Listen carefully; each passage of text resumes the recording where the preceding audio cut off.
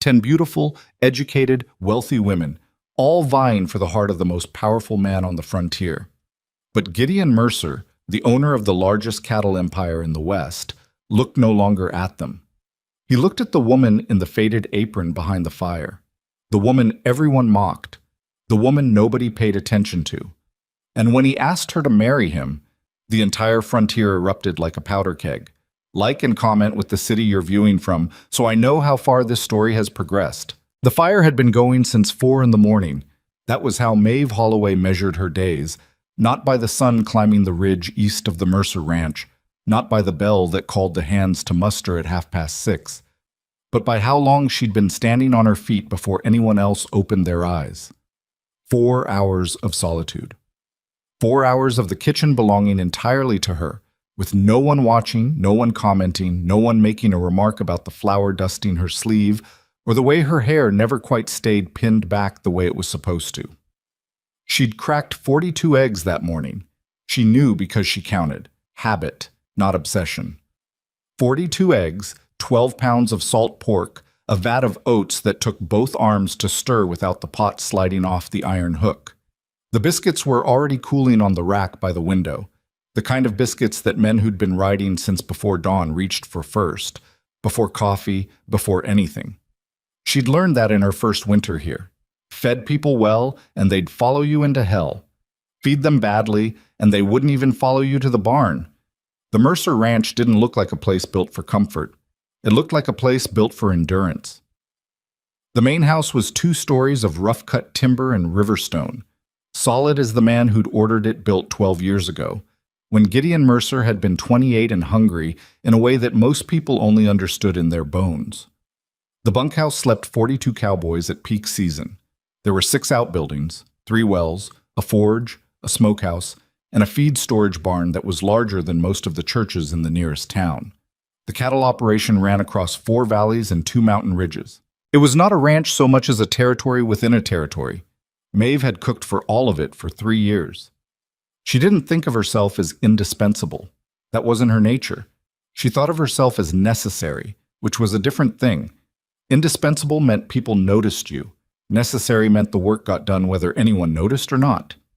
This particular morning, however, things at the Mercer Ranch were about to become very different. Tunt. She first heard about it from Clem Dobbins, the oldest hand on the property, a man with knuckles like walnut shells and a habit of appearing in the kitchen doorway when he thought no one would shoo him out. He showed up just after 6, before the others came in, and stood there with his hat turning slowly in his hands. "They're coming today," he said. Maeve was slicing the salt pork into the pan. She didn't look up. "Who is?" "The families." He cleared his throat. "Ladies. For Mr. Mercer." She did look up at that, though only for a moment. "I heard something about it." 10 of them, or thereabouts, from what Tom was saying when he rode back from Callaway Creek last week. "I heard 10, she agreed. "Pass me that cloth." He handed it to her. She wiped the handle of the pan before it got slippery. "So it's happening today," she said. "Wagons came up the East Road about an hour ago. Saw 'em from the ridge." He paused. "Mr. Mercer's been up since 5. Had his good jacket out." That surprised her, though she kept her expression even.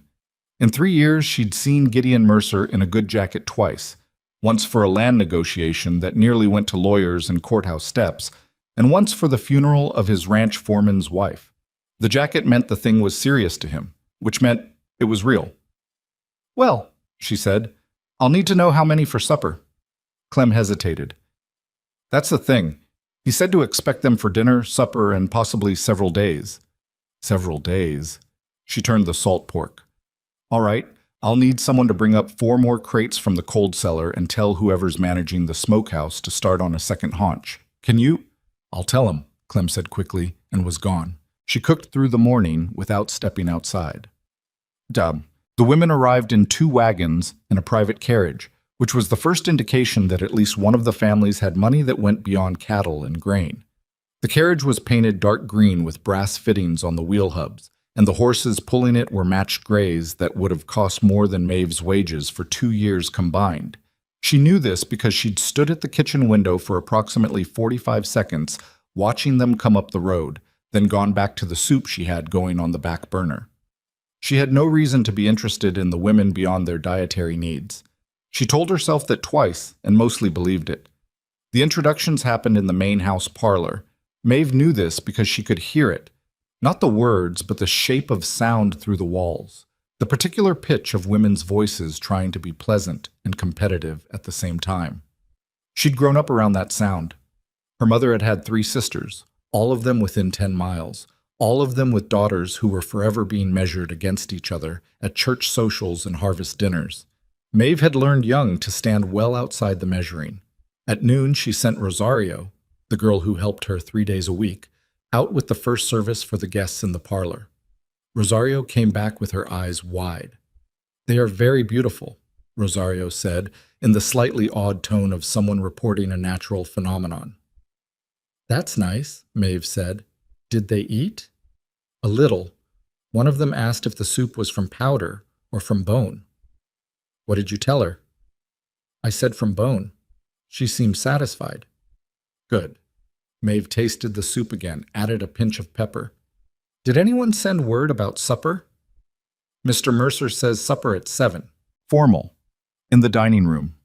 Maeve straightened. The dining room table sat 24, but it hadn't been set for more than 8 at one time in the 3 years she'd been here. She'd need to check the good linens and see what state the silverware was in, and she'd have to think hard about what kind of meal announced that this ranch was substantial without being showy, because those were 2 different messages, and Gideon Mercer, whatever else he was not a showy man. She pulled out a piece of paper and started writing down what she'd need. He came to the kitchen at 3:30. Gideon Mercer was not a man who wandered. Every movement he made had a direction to it, which was something Maeve had noticed about him early. In her first week, actually, when she'd been finding her way around a kitchen that had been managed badly by the man before her and was still in the organizational state of a tipped-over supply cabinet. Gideon had come in to check on something. She couldn't remember what now, and she'd been standing on a step stool trying to reach the top shelf. He'd reached it for her without making a thing of it, set the jar down where she'd pointed, and left. No conversation about whether she needed help, no comment about the state of the shelves, just the task, done, and then his boots on the floor going the other way. She'd respected him for it. Now he came in and stood in the kitchen with the slightly contained quality he had in enclosed spaces, as if he was aware that he took up more room than he meant to. "Supper at 7, he said. "I know Rosario told you." "She did. I'm working on it." "I wanted to ask what you were planning." She looked at him. This was not his usual approach. He generally left the food to her entirely, which was how she preferred it. "Why?" "Because I'd rather know what's happening in my own house," he said. It wasn't impatient, just direct. "These are important guests." "I know who they are," she said carefully. He was quiet for a moment. He had a broad, weathered face, the kind that didn't give you much unless he decided to give it. Brown hair going gray at the temples. Eyes that were an odd shade, not quite green, not quite gray, the color of sage in dry weather. He was 40 years old and looked like he'd spent most of them outside, which was accurate. "I'm not trying to second-guess you," he said. "I didn't think you were." She turned back to the counter. "I'm doing a roast, 2 of them, potatoes from the root cellar, the good ones, braised greens, a soup to start. I'll keep it light. Bread. For dessert, I have dried apple filling that'll work for a pastry if I get to it in time." He was listening. She could tell because he hadn't moved. "That'll do," he said. "I know it'll do." There was a pause that she couldn't quite classify. "Maeve," he said. She looked at him again. "I appreciate it," he said. "The work you put in. I don't think I've said that enough." It was an odd thing for him to say, not unwelcome, but odd in its timing. She studied him for a moment, trying to read what was beneath it, and couldn't quite get there. "It's my job," she said.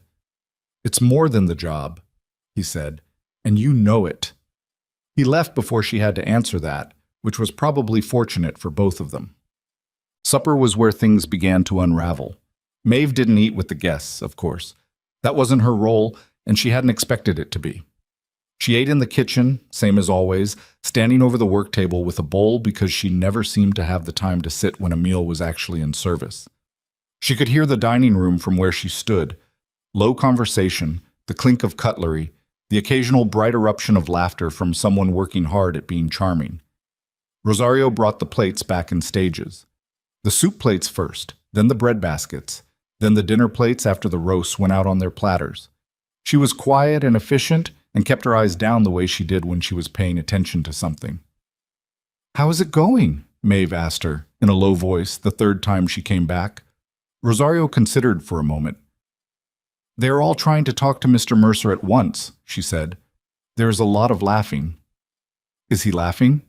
"Twice," Rosario said. "But not from the ladies." Maeve raised her eyebrows. "Clem said something about a horse," Rosario explained. "Mr. Mercer laughed at that." "Of course he did." She sent the next platter out. At 9 o'clock, with the guests retired to the parlor and Clem helping himself to the last of the bread at the kitchen table, Maeve finally sat down. Her feet announced their feelings in the blunt, relentless way that feet did after a 15-hour day. "Well," Clem said, tearing the bread with his fingers, the way men who'd eaten around campfires their whole lives always did, regardless of where they were sitting. "They sure can talk. That's what people do at dinner." "Not like that," he chewed. "That Miss Hargrove, the one from the carriage, she talked about horses for 20 minutes and managed to make it sound like she was really talking about herself. That's a talent." "It is," Maeve agreed. "You should have been in there." She looked at him. "Why would I be in there?" He shrugged. "You know more about running this ranch than half those women know about anything." "That's their business and mine," she said. "I cook. They present themselves. That's how it works." "Don't seem right." "Clem," she said, firmly but not unkindly, "eat your bread and go to bed." He ate his bread, but before he went, he paused at the door. He watched the hallway twice, he said, toward the kitchen. She said nothing to that. He left. She sat in the kitchen alone for a while after, with the fire burning low and the smell of the roasts still in the air, and told herself it meant nothing. The women stayed. This was the thing Maeve hadn't fully calculated, that several days in Gideon's phrasing might mean a week, which was how long the first phase of his selection process apparently took. She had not been given the details of this process. She gathered them the way she gathered most of her information, through proximity and inference. From what she could piece together, each family had sent a daughter or a niece or a ward who was of appropriate age and social standing, and each woman had been given access to the main house and its grounds during daylight hours. There were meals together, breakfast in the smaller dining room, dinner and supper in the main one, and activities that Maeve understood were meant to demonstrate temperament and fitness for ranch life. Although since most of the activities involved riding on horses that Gideon's best hands had pre-selected for gentleness, the demonstration was somewhat limited. The women themselves were, by every external measure, impressive. There was Adelaide Hargrove, who had arrived in the green carriage and who Clem had been right about. She was startlingly good at steering any conversation back toward herself while appearing to be entirely interested in whoever she was talking to. She wore her hair in elaborate arrangements that Maeve found herself briefly curious about, not from any desire to replicate them, but because she couldn't figure out how they stayed up. There was Constance Bellwether, quieter, with a sharpness to her that she kept mostly hidden. She was the one who'd asked about the soup. She came to the kitchen doorway on the second morning, which surprised Maeve, and looked around with an expression that was hard to read. "You made all of this yourself?" Constance asked. "Rosario helps," Maeve said. "For 40 men and 10 guests?" 53 people total at the moment, counting the guests." Constance was quiet for a moment. "That's considerable." "It's manageable if you plan it right." Something moved in Constance's expression. What might have been respect, or what might have been the calculation of someone who was revising their understanding of the terrain. She thanked Maeve for the soup, which Maeve had not expected, and left. The others came and went. Maeve absorbed their personalities the way she absorbed everything about the people she cooked for. Not intrusively, just practically. A cook who didn't know her people's habits was a cook who wasted food, and Maeve was not a woman who wasted food. She noticed that 2 of the women didn't eat much. She noticed that 3 of them were more comfortable around the cowboys than they let on when Gideon was watching. She noticed that 1, a pale, anxious girl named Dorothea, who was clearly there because her family had pushed her rather than because she had any particular interest, kept feeding pieces of her biscuit to the dog under the porch table when she thought no one was looking. Maeve noticed all of it. She told herself it was professional habit. On the fourth day, something happened that she couldn't as easily categorize. She'd gone out to the root cellar before dawn to bring up potatoes and carrots, which she did herself because she had very particular ideas about which potatoes were worth using at which stage of their shelf life, and she'd stopped trusting anyone else to select them without bringing her back a half dozen that were too far gone. The root cellar was behind the main house, built into the hillside, cool and damp and smelling of earth and storage. She was coming back up the wooden steps with a crate balanced against her hip when she nearly walked into Gideon. He was standing just outside the cellar door in the gray pre-dawn light, apparently watching the horizon, which at that hour was just the black ridge of the mountains against a sky turning charcoal to purple. He'd heard her coming because she hadn't been trying to be quiet, and he'd turned. "Sorry," she said, adjusting the crate. "Didn't see you." "I'll get that," he said. "I've got it." "Maeve." She looked at him. "Let me take it," he said. "I'm not doing anything." She handed him the crate. He took it with the ease of a man who'd been lifting heavy things since he was a boy, and they walked back toward the kitchen in silence. The sky was lightening at its edges. Somewhere in the bunkhouse, someone was coughing. "Can't sleep?" she asked. It was a presumptuous question for the position she held. She asked it anyway. "Thinking," he said. "About which of them?" It wasn't quite a question. He glanced sideways at her. "Is it that obvious? You've been walking the perimeter at odd hours all week. When you have a problem you can't solve in your head, you walk." He was quiet for a moment. "You pay attention." "It's a kitchen," she said. "The kitchen sees everything." He set the crate down inside the kitchen door and straightened, and for a moment he just stood there in the doorway with the lightening sky behind him and the kitchen warmth in front of him, and he had that look he sometimes got, the one she'd never been able to name precisely, the look of a man who was seeing two things at once. "None of them are wrong," he said. "That's the problem." She waited. "They're all educated. They're all capable, from what I can see. Their families are sound. Any one of them would run this house fine." He paused. "And I can't make myself care about a single one of them. Not the way—" He stopped. She said nothing. "It doesn't matter," he said. He took his hat from where he'd set it on the door frame. "I'll let you start your day." He was gone before she could respond, and she stood in her kitchen for a moment in the growing light, listening to his boots on the ground outside, thinking about the sentence he hadn't finished. Not the way— She didn't let herself finish it either. She started the fire. Check. The supper on the sixth night was the largest. Maeve had known it would be. The tension in the house had been building all week with the particular pressure of a thing that needed to resolve, and resolution in the Mercer household, she'd learned, often happened over food. Gideon had asked for a proper occasion. She'd spent 2 days on the preparation, pulling together what she had available.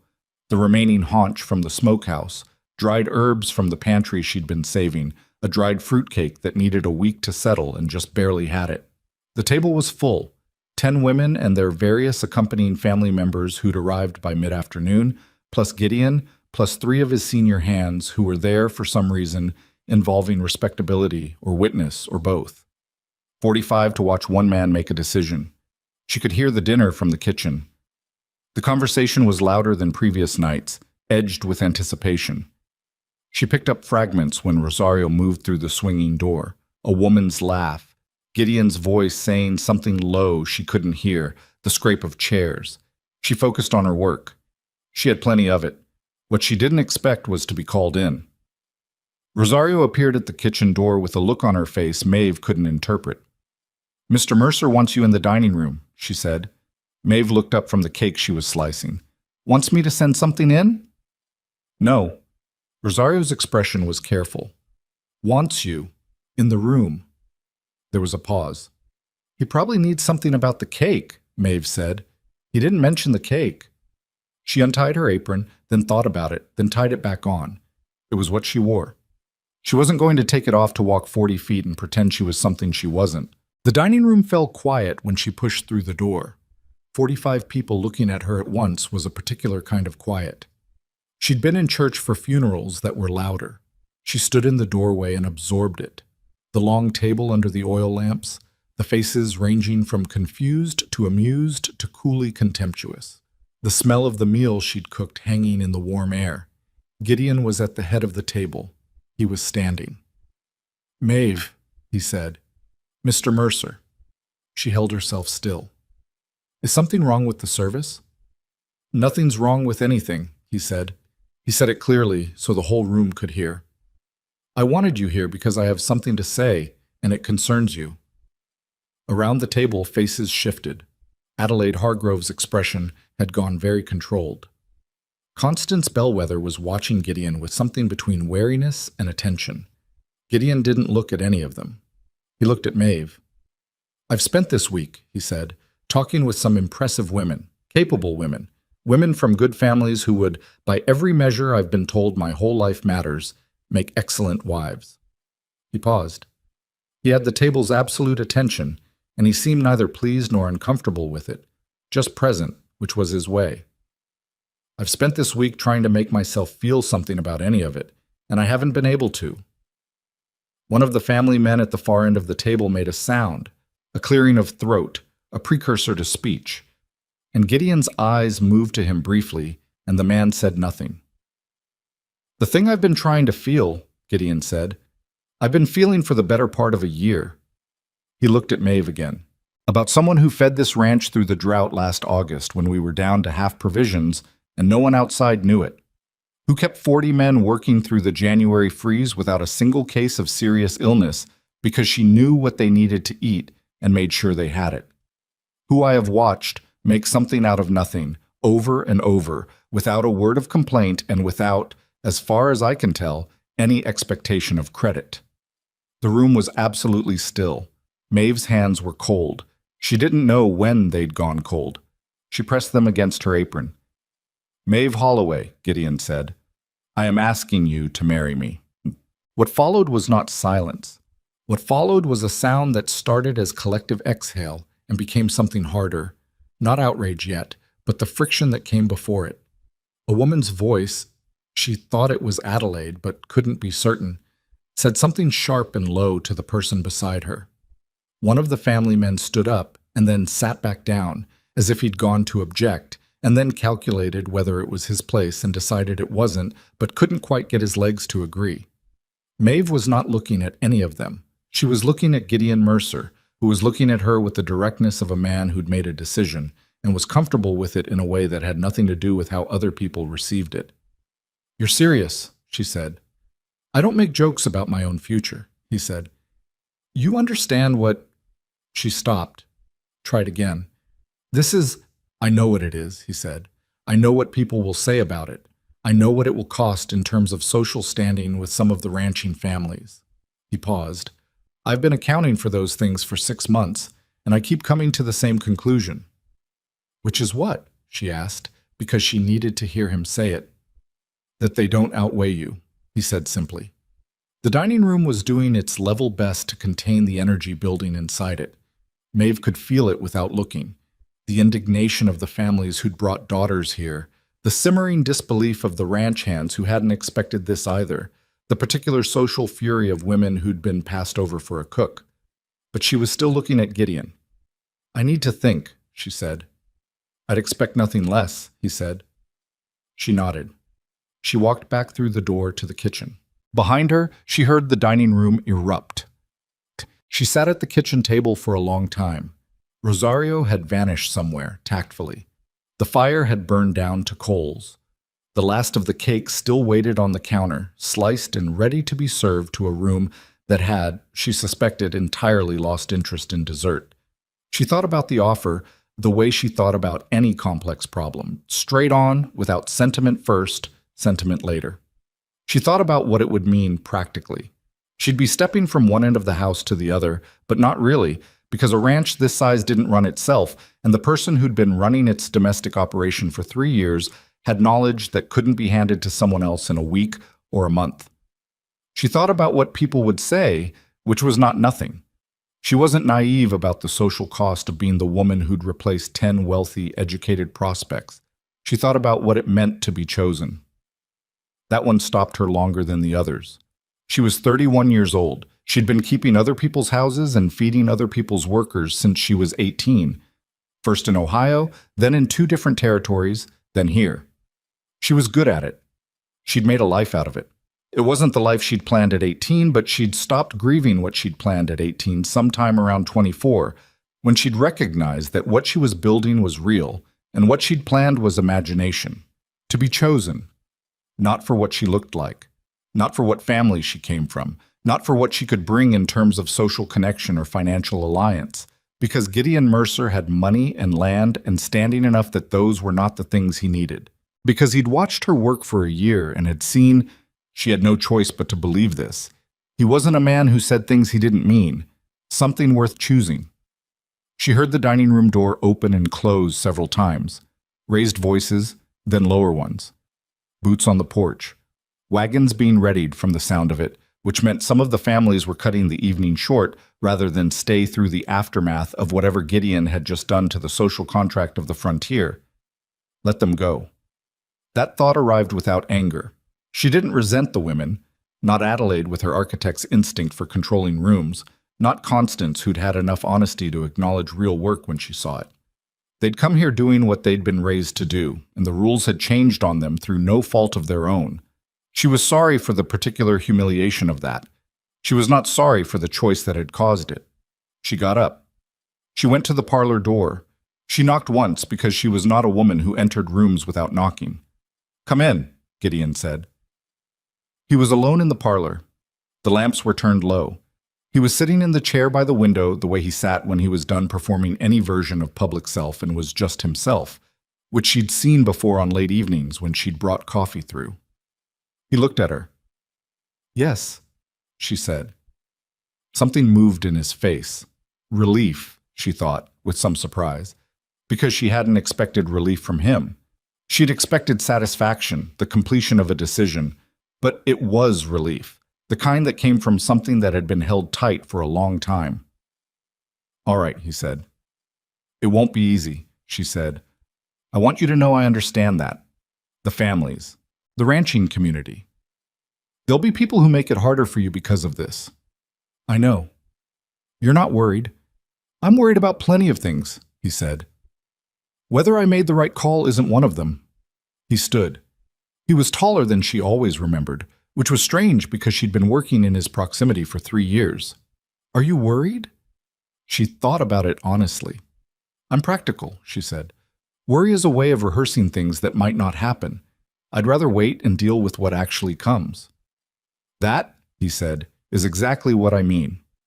She didn't know what to say to that, so she nodded instead and went back to the kitchen to clean up the remnants of a dinner that had become something other than a dinner, and to put the kitchen in order the way she always did, because order was where things started, and things were, she thought, starting. Outside, the last of the wagons rolled away down the road. The mountains stood black against the sky. The ranch settled into its nighttime sounds.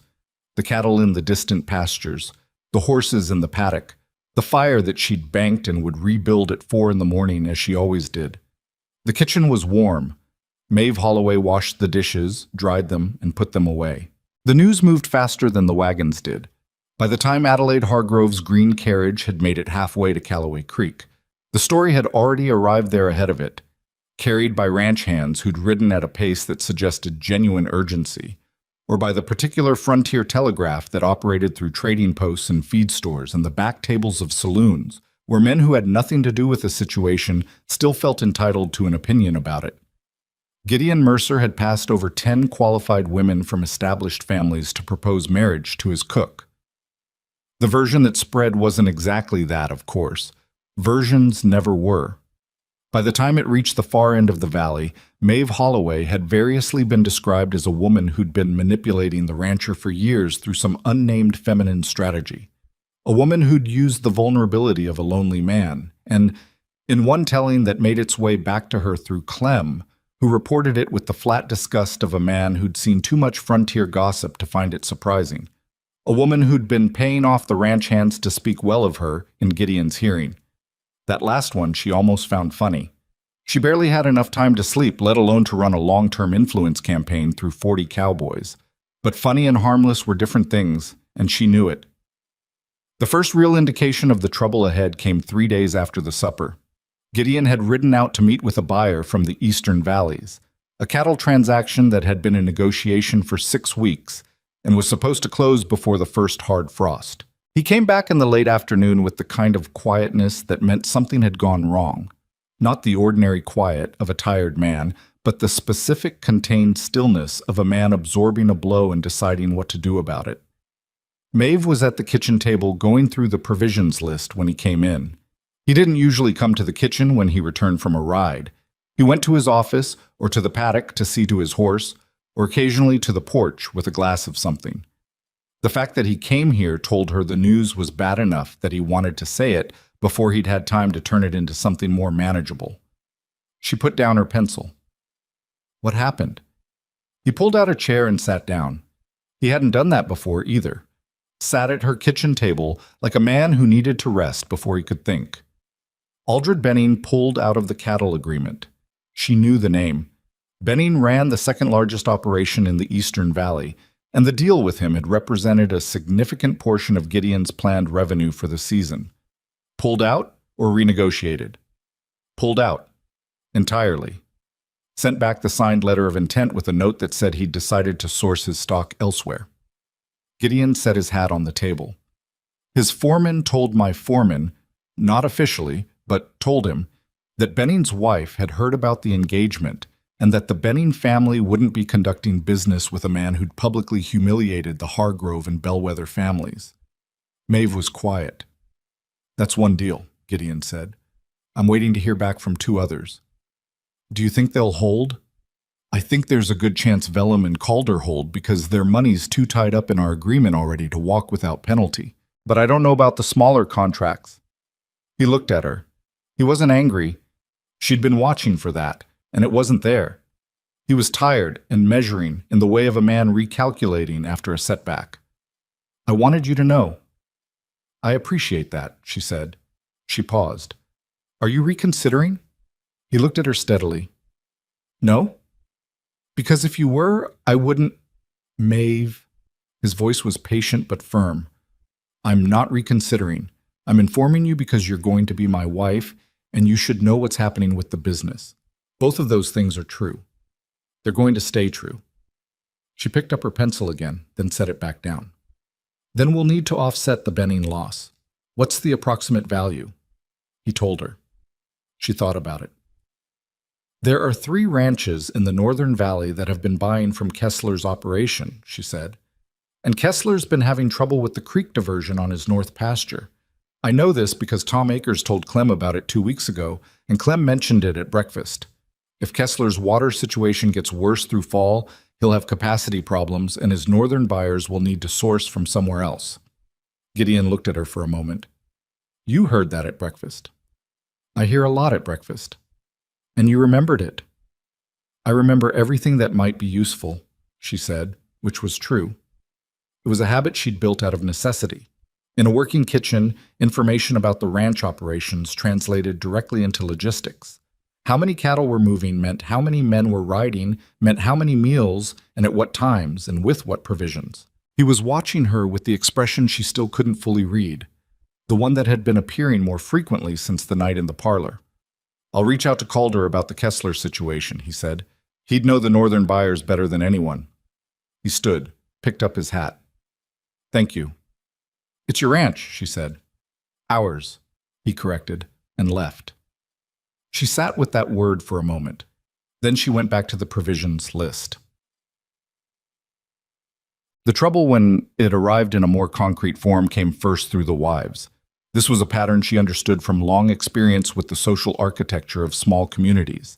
That official disapproval followed the channels of formal power, which meant men in business, but the earlier and often more effective pressure came through the informal networks that women managed, which operated through social invitations and their calculated absence, through the subtle management of which families were seen to associate with whom, through the vocabulary of courtesy and its deliberate withdrawal.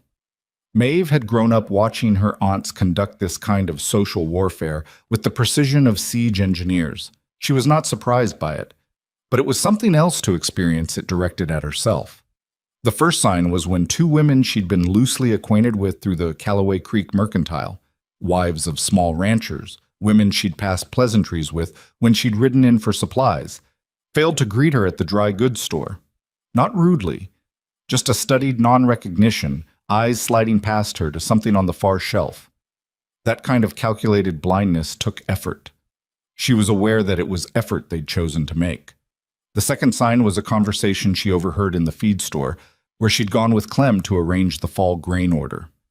Two men, both faces she recognized without knowing their names well, talking on the other side of a shelf of supply crates. Doesn't matter what Mercer thinks he's doing. That woman's got no business. Hester says the Hargroves are furious. You don't make that family look foolish without consequences. What kind of consequences? A pause.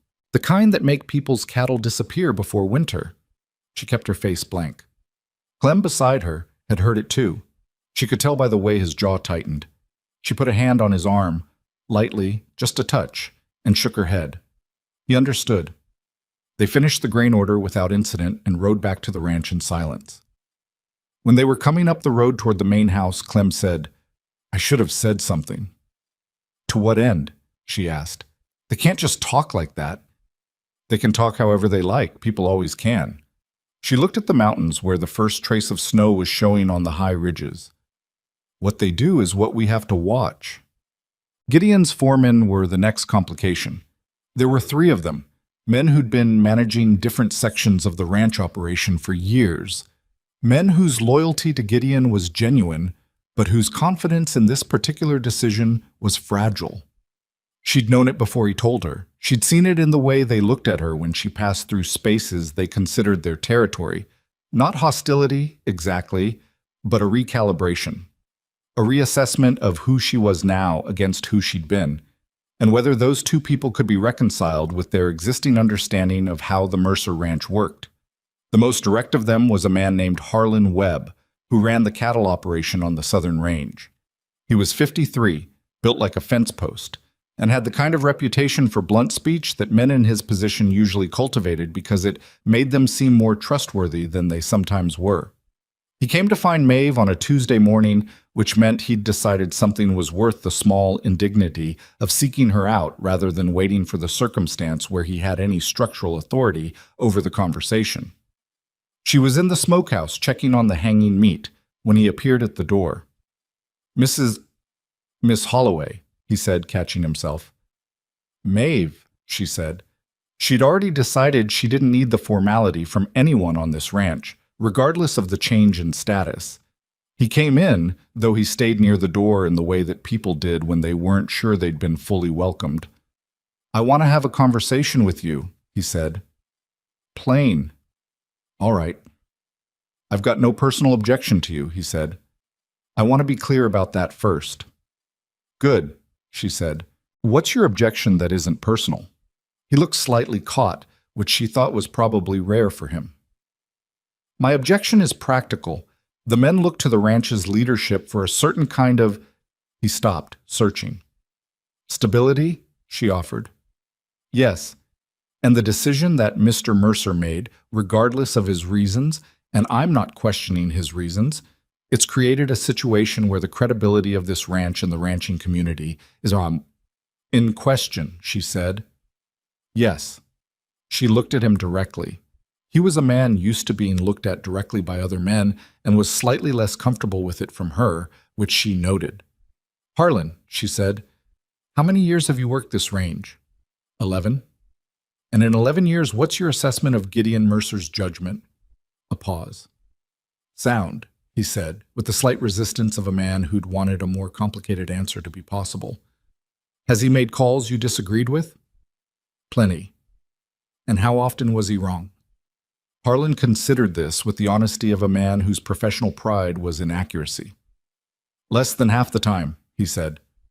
"Less than half," she said. "That's a strong record." "It is," he admitted.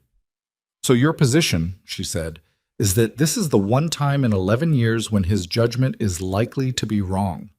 He opened his mouth and then closed it. I'm not asking you to think I'm the right choice, she said. I'm not asking you to agree with anything. I'm asking you to do what you've done for 11 years, which is trust that Gideon Mercer doesn't make large decisions carelessly and give the situation enough time to prove itself before you make up your mind about it. Harlan looked at her for a long moment. That's fair, he said finally. It is, she agreed. He left. She went back to checking the meat. She thought it had probably gone about as well as it could have. She also knew that one conversation with the most talkative foreman didn't change the mood of the men under him, which would take time and evidence that she hadn't had the chance to provide yet. But the conversation had happened, and it had happened on her terms, which was what she'd been able to manage. Well, the engagement itself was announced formally in the second week. Gideon had drafted a notice for the Callaway Creek Courier, which was the territorial newspaper that served the valley and several surrounding areas. He'd shown it to Maeve before he sent it, which she'd noted and appreciated. You can change anything you don't like, he said. She'd read it carefully. It was short, 3 sentences, and it was accurate, and it identified her as Maeve Holloway of the Mercer Ranch without any attempt to dress up her position there or obscure it. She'd thought about asking him to add something, then decided that any addition would be explaining, and explaining was the first step toward apologizing, and she wasn't going to apologize for this.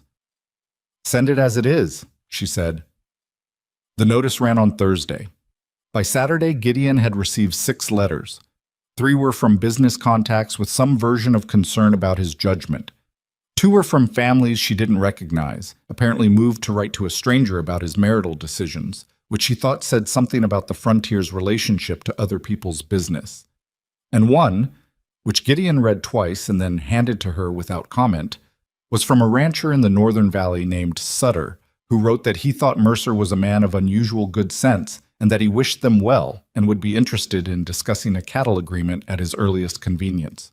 She handed the letter back. Write to Sutter first, she said. I was going to, he said. I know, she said.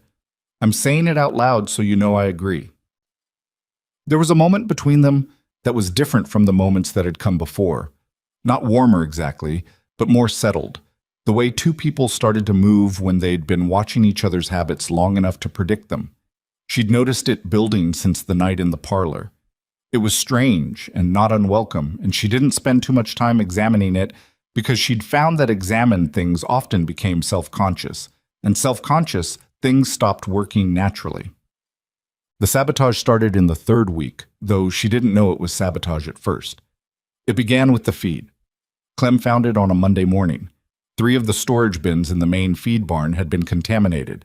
Not dramatically, not with anything that would be immediately obvious to a casual inspection, but with river silt and old grain mixed into the good stock in a way that degraded the quality without making it visibly obvious. The cattle that had been fed from those bins were off their feed and slow, and by the time Clem traced it back to the source, the contamination had been sitting there for at least a week. Could have been flooding, he said to Gideon, though his voice had the tone of a man who didn't believe what he was saying. The last rain was 3 weeks ago, Gideon said, and we're uphill of the creek. Could have been an error, someone mixing the bins in the dark. Someone mixing 3 bins in the dark, Gideon said, at separate ends of the barn. They looked at each other. Maeve was there because she'd come out to the barn when she'd heard the conversation. She'd been crossing the yard and caught the edge of it through the open barn door. She stood at the entrance and listened without interrupting because she knew when a conversation was at the stage where an additional voice would be useful and when it wasn't. Who has access to the barn at night? Gideon asked. Everyone, Clem said. We don't lock it. Never had cause to. We'll have cause to now. Gideon's voice was flat. Not angry, precisely, but resolved in a way that was sometimes harder to deal with than anger. Get the good stock separated and cataloged. I want to know exactly what we lost and what we have left. Clem went to do it. Gideon turned and saw Maeve at the barn door. He looked tired in the way he'd looked tired all week, the tiredness of a man managing more fronts than he'd expected. I'll go through the food stores this morning, she said. The root cellar, the smokehouse, the dry goods. Make sure nothing else has been touched. He looked at her. You think it was deliberate? I think checking costs us a morning, and not checking could cost us everything, she said. So I'm going to check. He nodded. She spent 3 hours going through every food storage on the property. She found nothing else disturbed, which was either reassurance or information about the limits of what whoever had done this had been able to access. She made a list of what they had, what they'd need for winter, what the contaminated feed had cost them in both stock and replacement value. The numbers were uncomfortable. Not ruinous, not yet, but uncomfortable. She brought the list to Gideon after supper. He looked it over. "We're short on feed reserves," he said. "Yes, and with the early winter reports coming out of the northern ridges, we should be buying more, not accounting for less." "I know." He rubbed the back of his neck, which was the only physical tell she'd identified in him for genuine strain. "I've got the Sutter deal in progress. That'll help the revenue side. The feed reserve is a procurement issue." "I can ride to Callaway Creek at the end of the week," she said. "I have a relationship with Garnett at the feed supply. We've been buying from him for 2 years, and we've always paid on time. He might hold stock for us on account." Gideon looked at her. "That's usually Harlan's job." "I know," she said. "But Harlan's got enough managing the southern herd right now, and I'm the one with the relationship with Garnett." She paused. "Unless you'd rather I didn't." "No," he said. "Go. Take Clem." "I was going to take Clem." "I know," he said, and there was something in his voice that matched what she'd felt in the 3rd week. The particular register of 2 people who were figuring out how to occupy the same space without colliding, and finding that the space was, unexpectedly, large enough. She wrote out Thursday. Callaway Creek looked the same as it always did at that time of year. Dusty in the main street, the horse traffic thick around the feed store and the hardware, the smell of autumn and cattle drifting up from the pens at the south end. She'd ridden this road more times than she could count, always on ranch business, always as an employee. This time she was riding in as the woman who would own half of what she was managing, which was an odd feeling that she hadn't fully processed yet. People noticed her. That was new, and not subtle. She was aware of the looking, not all of it hostile, but all of it conscious in a way that hadn't been there before. A group of women outside the milliner's shop fell into a brief, quiet conversation when she rode past that had the character of a conversation not about dresses. A man outside the saloon said something to the man beside him, and they both looked. She kept her eyes ahead and her face neutral. Garnett, at least, was decent about it. He was a small, practical man who'd been running the Callaway Creek feed supply for 20 years and who cared primarily about whether his accounts were settled and his merchandise moved. He greeted her with the same straightforward efficiency he always had, listened to what she needed, and agreed to hold a reserve on account with the same calculation he'd have applied to any business decision. He did not mention the engagement, which she appreciated. On her way out, a woman stepped in front of her. She recognized her. Vera Aldred, whose husband was a business associate of Benning's, which made her part of the social network that had contracted against the Mercer Ranch. Vera was in her 50s, well-dressed in the way of women who monitored each other's dress, and she had the expression of someone who'd decided that something needed to be said and had appointed herself to say it. "Miss Holloway," she said. "Mrs. Aldred," Maeve said. "I wanted to offer you some advice," Vera said. "One woman to another." "All right." "What you're doing—" She paused, choosing her words with the care of someone who wanted to sound kind while delivering something that wasn't. A woman in your position should think very carefully about what she's stepping into. These things don't end well. Men like Gideon Mercer make impulsive decisions and then regret them, and the woman is always the one who pays for it. Maeve looked at her for a moment. "Thank you," she said. Vera blinked. She'd expected something different, argument or deflation. I heard what you said," Maeve said. "I appreciate that you took the time." She stepped around Vera and kept walking. She could feel Vera's stare on her back all the way to where Clem was waiting with the horses. She didn't turn around. "Everything go all right?" Clem asked. "Fine," she said. "The reserve's arranged. Let's get back." They rode back in the long afternoon light, the mountains ahead of them going gold and gray, the first real bite of autumn in the air that meant winter was not far behind. She thought about what the contaminated feed meant if it had been intentional. She thought about who had both motive and access. She thought about the cattle she'd heard the men mention in the feed store, and the Hargrove name, and the particular phrasing. the kind that make people's cattle disappear before winter. She thought about what winter would look like this year, and whether the ranch had what it needed to survive one more hard season complicated by human interference on top of natural difficulty. She thought about Gideon and the word he'd used, ours, and what that meant when the thing they owned together was something someone else had decided to take apart. She didn't reach any conclusions she didn't already have. What she had was a list of what they needed, a feed reserve on account, and the beginning of a clearer picture of the shape of the problem. That was enough for one day. The ranch came into view as the last light left the high ridges. Smoke from the kitchen chimney, Rosario had kept the fire, rose straight up into the still air. The bunkhouse was lit, the paddock quiet. From the south pasture she could hear the far low sound of cattle. She was still the cook in all the ways that mattered. She was also the woman who'd said yes, and the woman who'd arranged the feed reserve, and the woman who was beginning to understand that what was coming for them would require both of those things, all of the things she was, at once. She unsaddled her horse, rubbed him down, and went to see what Rosario had left on the stove. The snow came 3 weeks early. That was the first thing. Not the blizzard itself, but the earliness of it, the way it arrived before anyone had finished calculating for it.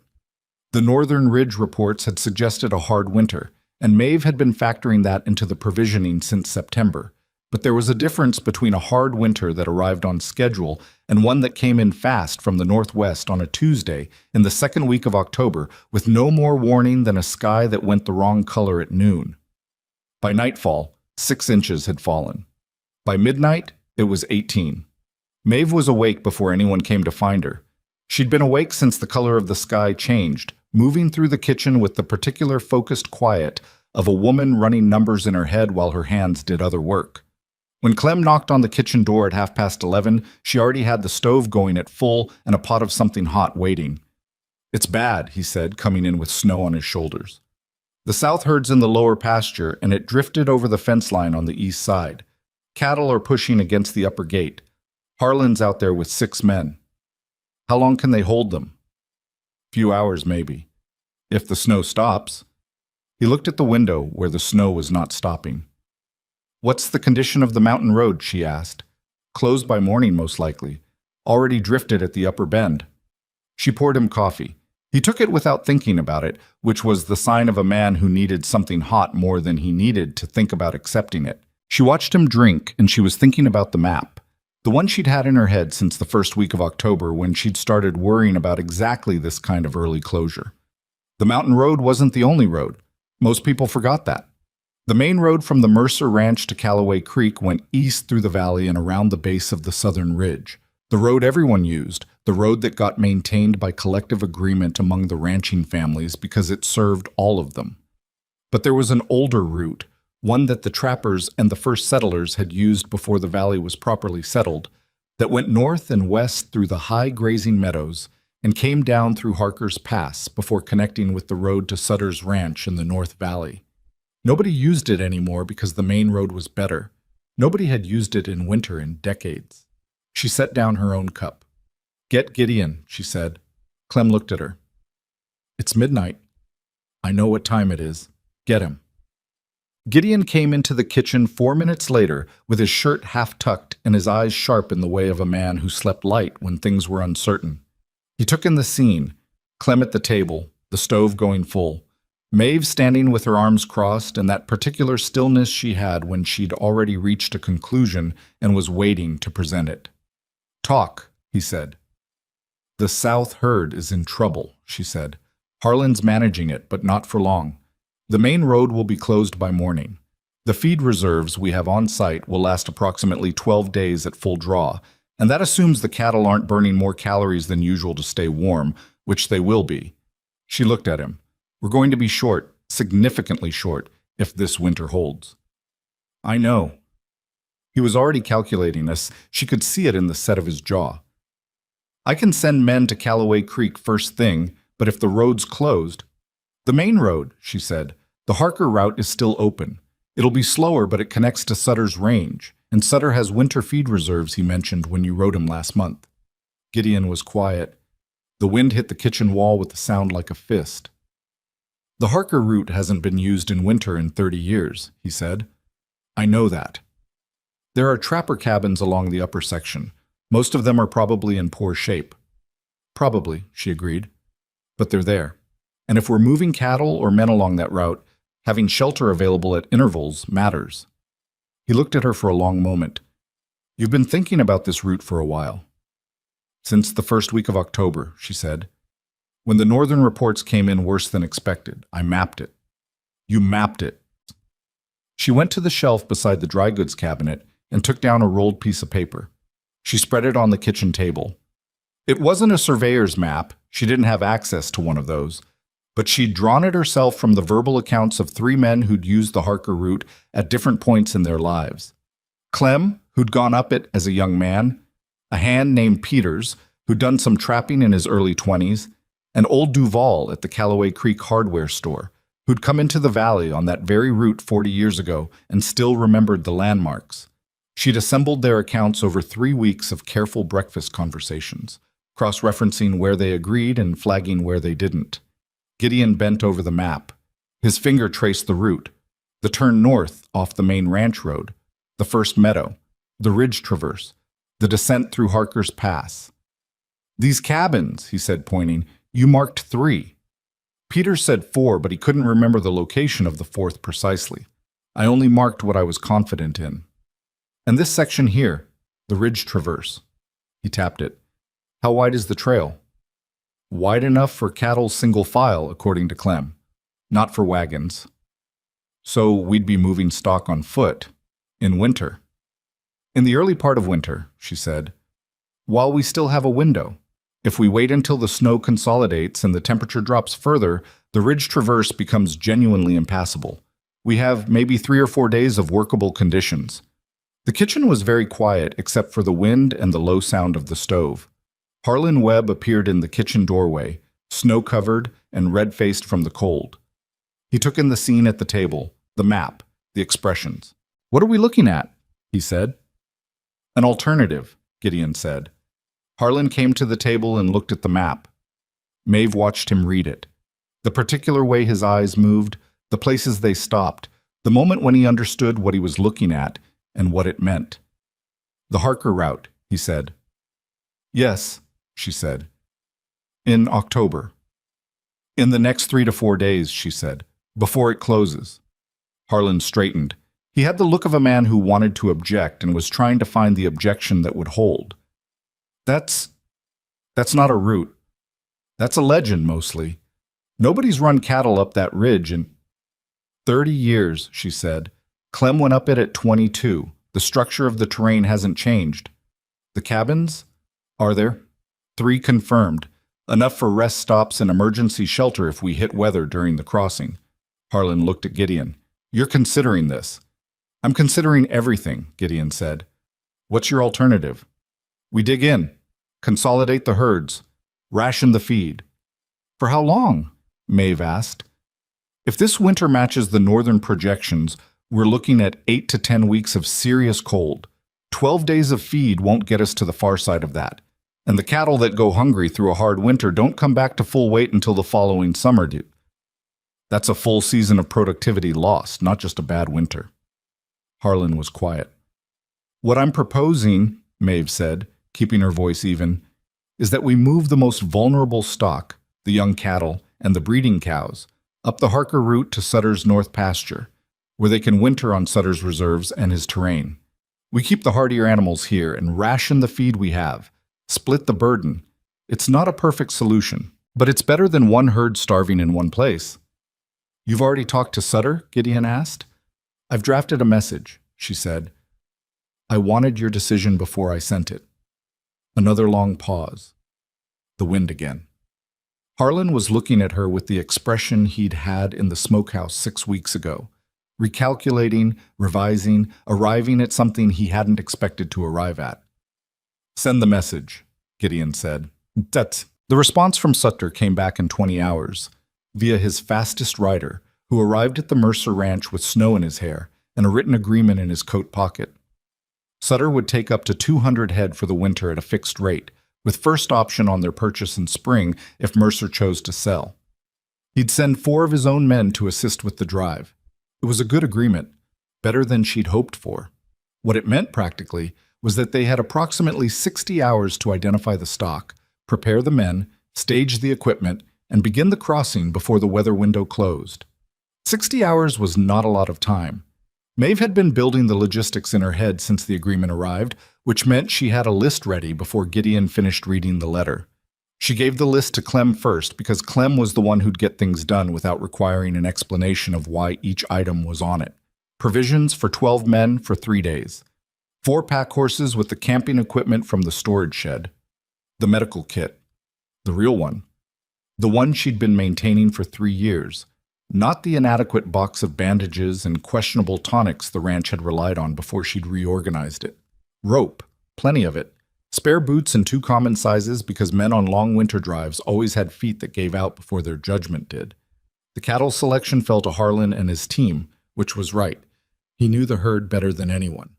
He worked through the night to identify the animals that fit the criteria Maeve had discussed with Gideon, the young stock, the breeding females, the ones whose condition would deteriorate fastest on short rations.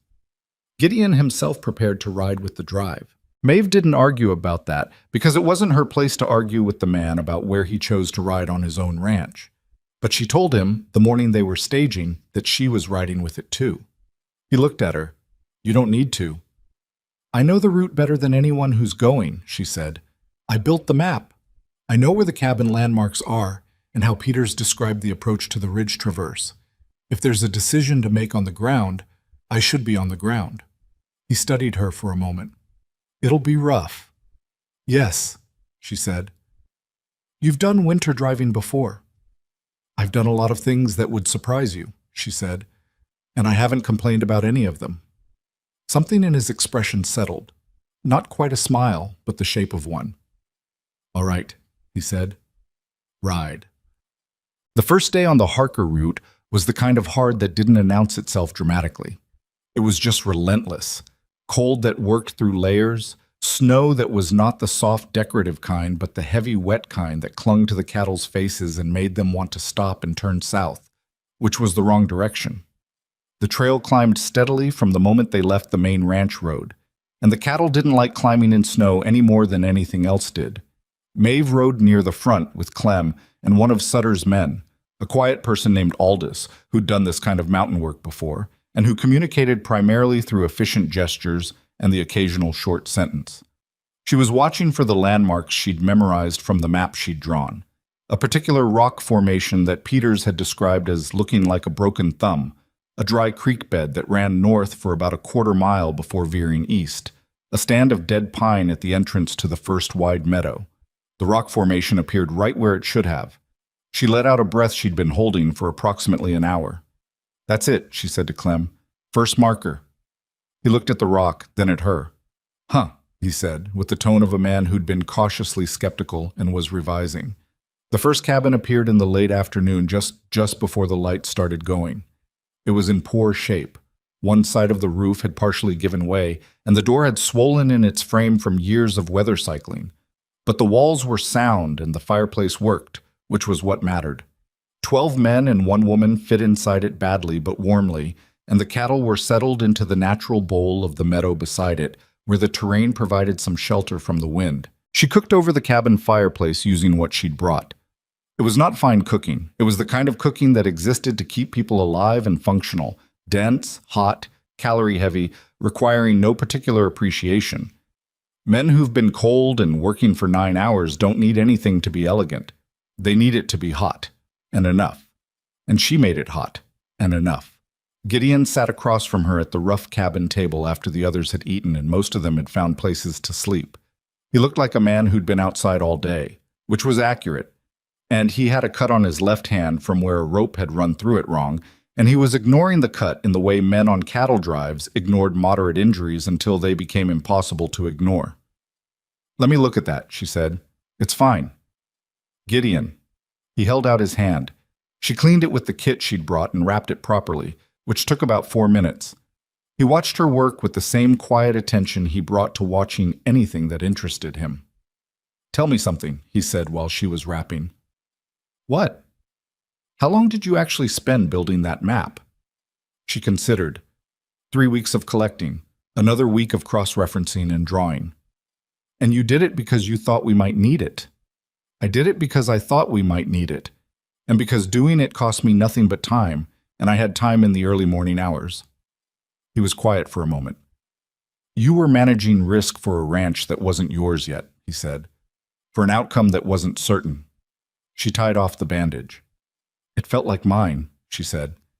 It was the most honest thing she'd said to him since the night in the parlor, and it surprised her a little to hear it out loud. He looked at her with that expression she'd spent months failing to name. It is yours, he said. It has been for a long time. I was just the last one to make it official. She had no response to that. She put the medical kit away and went to check on the cattle in the meadow. The second day was where things broke. The ridge traverse was a 1.5 miles of trail that ran along the shoulder of the mountain, exposed on the north side, with a drop that was serious enough that you didn't look at it more than once. In summer, it would have been passable with reasonable care. In October, with 18 inches of snow and a wind that came off the high peaks with nothing between it and your face, it was something else. They lost 2 cattle on the traverse. Not to the drop, to the cold. An older cow and one of the young steers simply lay down at the halfway point and would not get up, and there was nothing to be done about it except what needed to be done, which Harlan managed with the blunt practicality of a man who'd been in this business long enough to know that grief for cattle was a luxury and survival was not. The others pushed through. At the point where the trail narrowed most severely, about 2/3 of the way across, the lead cattle stopped. She was near the front when it happened. The animals ahead of her had hit a section where a drift had filled in the trail, not deep enough to be impassable, but deep enough that the lead cow, who had been moving with grudging cooperation up to that point, decided that cooperation was over. She stood in the drift and refused, and the cattle behind her began to compress, and the cattle behind them began to push, which was the beginning of a potential disaster because a compressed, panicking herd on a narrow mountain trail was one of the more dangerous situations that frontier cattle work produced. Maeve was off her horse before she'd fully decided to be. She went to the lead cow. Harlan shouted something behind her. She couldn't hear what. The wind took it. Clem shouted something else. She was already at the cow's shoulder, talking to her in the low, steady way she'd learned from watching Clem manage frightened animals. Not the words mattering so much as the tone. Steady, steady, stay easy, stay easy. She got her shoulder against the cow's and pushed, which was not elegant and which later she understood was also somewhat stupid given the drop on the other side of the trail, but in the moment it was what the situation required. The cow moved. It wasn't a smooth movement. The cow lurched sideways first, which made Maeve's heart do something unpleasant, and then lurched forward, and the cattle behind her followed in the way that cattle followed each other. Not because they wanted to, but because the animal ahead had moved, and they were not philosophically equipped to question that. The compress loosened. The herd pushed through the drift and onto the wider trail on the far side. She stood in the middle of the trail and breathed for a moment. Gideon was beside her. She hadn't heard him come up, but he was there, close enough that she could feel the warmth of him through her coat in the cold air. "Are you hurt?" he said. "No," she said. "You went right at her." "It worked." "It worked," he agreed. He was looking at her with something she finally, standing on a mountain trail in October with snow in the air and cattle moving past them both, was able to name. It was not admiration exactly, though it was that too. It was the look of a man who saw something real and was not going to pretend he didn't. "We need to keep moving," she said. "We do," he agreed, and they moved. They came down through Harker's Pass into Sutter's North Valley on the afternoon of the third day, with 194 cattle out of the 200 they'd started with, 2 lost on the traverse, 4 more to cold and exhaustion over the second night, though she'd done what she could with the second cabin and the fireplace and the extra rations she'd packed for exactly that contingency. Sutter met them at the edge of his property. He was a man in his 60s, rangy and plain-spoken, who looked at the group coming down the pass, cold, tired, faces red from 2 days of mountain wind, with an expression of straightforward respect. "Made it through Harker in October," he said to Gideon. "Didn't think I'd see that in my lifetime." "We had good navigation," Gideon said. He glanced at Maeve, and Sutter's gaze followed. Sutter looked at her. "You're the one who built the route plan," he said. It wasn't a question. His rider had relayed enough information when he'd brought the agreement back. "I had help from men who'd been up there before," she said. "You put it together," Sutter said. "That's different from having help." He extended his hand, which was the handshake of a man who'd decided something and was acting on it. She shook it. The cattle were settled into Sutter's winter pasture. The men were fed and given space in his bunkhouse. Gideon and Maeve were given separate rooms in Sutter's house, an arrangement that felt strange only for the few minutes it took her to sit down on a real bed and feel the accumulated tiredness of 3 days come up through the mattress to meet her. She slept for 10 hours, which was the longest she'd slept in 3 years. They rode back to the Mercer Ranch the following day on Sutter's main road, which was better maintained, and dropped them out at the Callaway Creek Junction by mid-afternoon. The storm had passed. The sky was the hard, clear blue that followed hard weather, and the valley looked white and still, and, from a certain angle, beautiful. What met them at the ranch was not beautiful. Clem had stayed back with the main property, along with Rosario and 4 of the hands. He met them in the yard with the expression of a man who'd been waiting to deliver news he didn't want to deliver. "Something happened while you were gone," he said. "Tell me," Gideon said. "The North Feed Barn. Someone got into it night before last." Clem's voice was steady, the steadiness of a man controlling anger through long habit. "They went through the remaining winter reserves, not contaminated this time." He paused. "Gone." A beat of silence. "How much?" Gideon asked. Clem told him. The number was large enough that Maeve felt it in her stomach. "We have the root cellar stores," she said, "and what Garnett's holding on account at the feed supply." "We used 3 horses on the drive," Clem said. "I sent Peters to Callaway Creek this morning already. Garnett's releasing the reserve, but it's got to be paid for when it's picked up, not on account." Gideon looked at her. She looked at him. "The Sutter agreement," she said. "The payment he gave for the winter boarding. We have that. It was supposed to cover the feed gap, not replace a stolen reserve." "I know what it was supposed to cover," she said. "Now it covers this. We adjust." She said it not because it was easy, but because it was the only direction that was forward, which was the only direction that mattered. "Is Peters trustworthy to manage the Callaway Creek pickup?" "Yes," Clem said.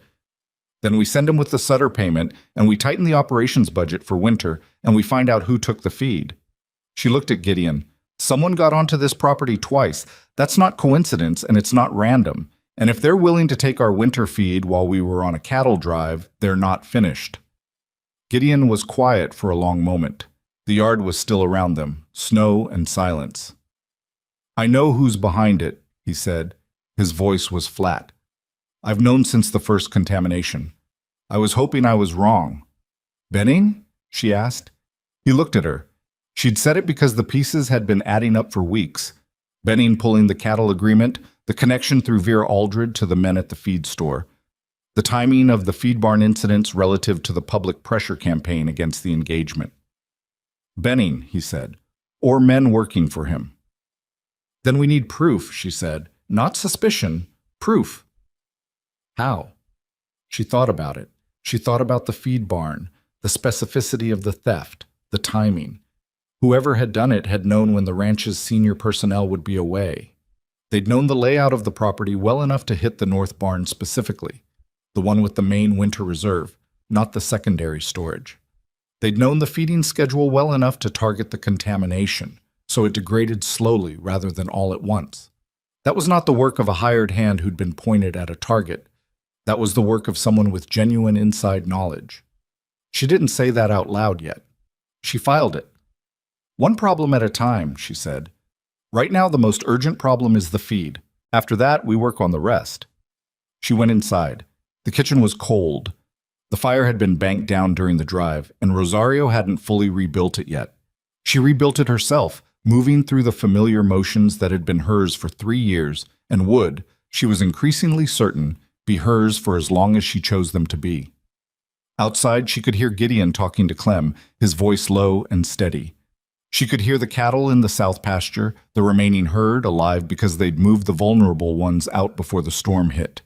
She could hear the wind starting again from the northwest, which meant more weather coming. She had the kitchen warm by the time anyone came in from the cold. That, at least, was something she could control. The name that kept coming back was Darby. Not Benning himself. Maeve had understood from the beginning that a man like Aldred Benning didn't walk onto other people's property in the dark to contaminate feed bins. Men with that kind of money and that kind of social position hired the walking done.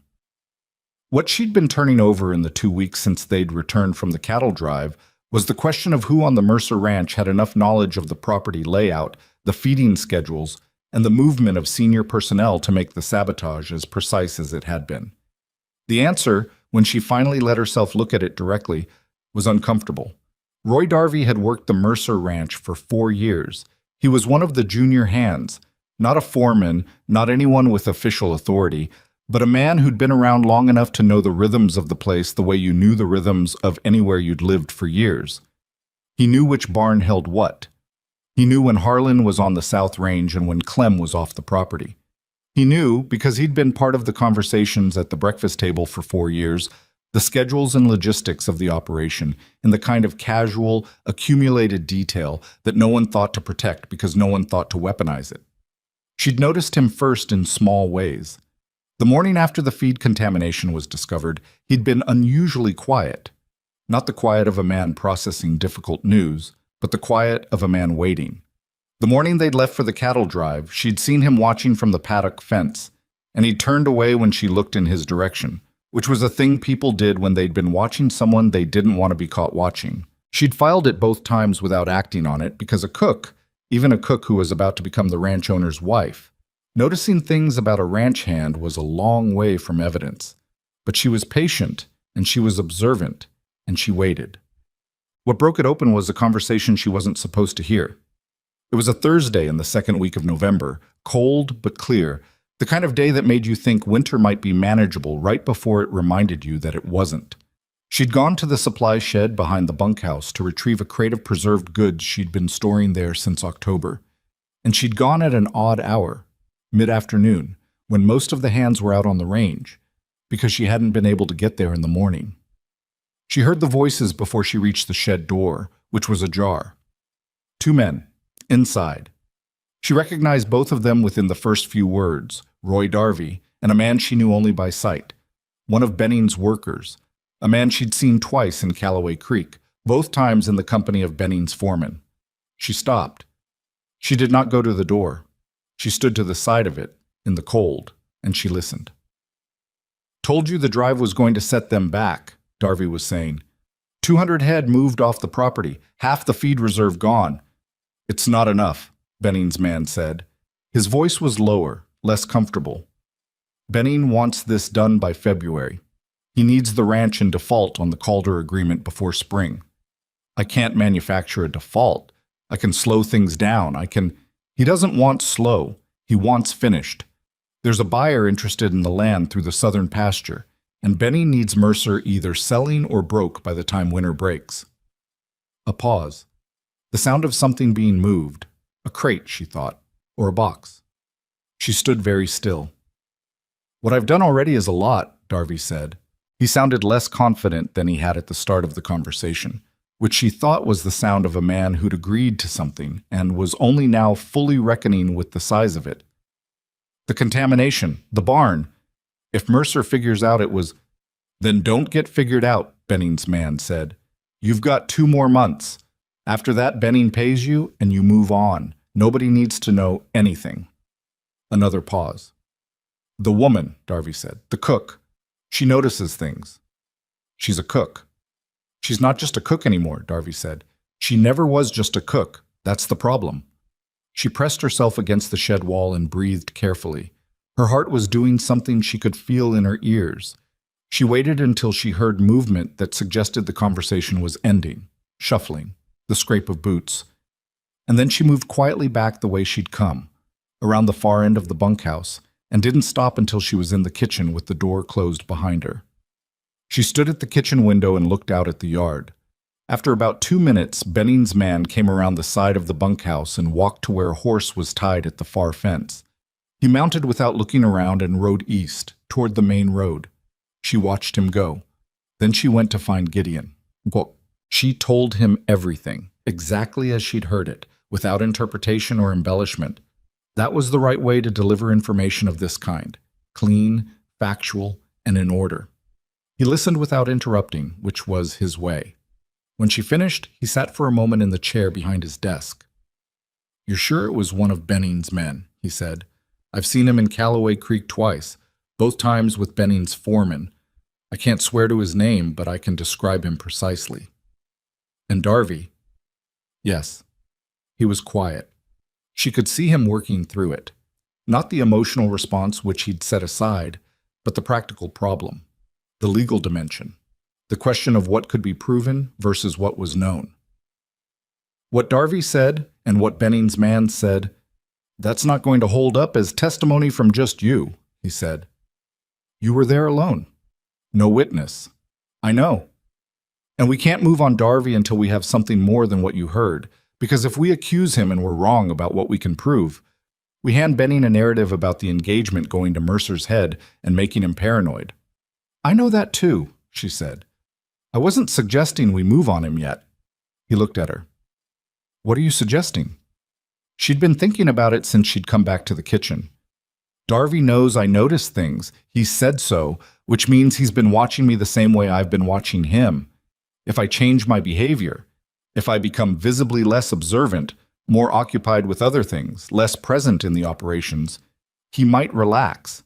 And if he relaxes, he might make a less careful mistake than the ones he's made so far." Gideon considered this. "You want to play inattentive." "I want to give him enough room to hang himself," she said.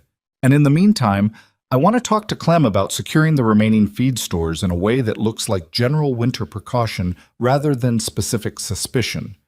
And I want to write to Sutter." "Sutter?" "He's outside the social network that Benning operates in. He's already aligned with us by the cattle agreement, and he mentioned when we were there that he'd had his own trouble with Benning 2 years ago, a water rights dispute that didn't go anywhere. He might know things about how Benning works." Gideon was looking at her with an expression she'd now had enough experience of to read clearly.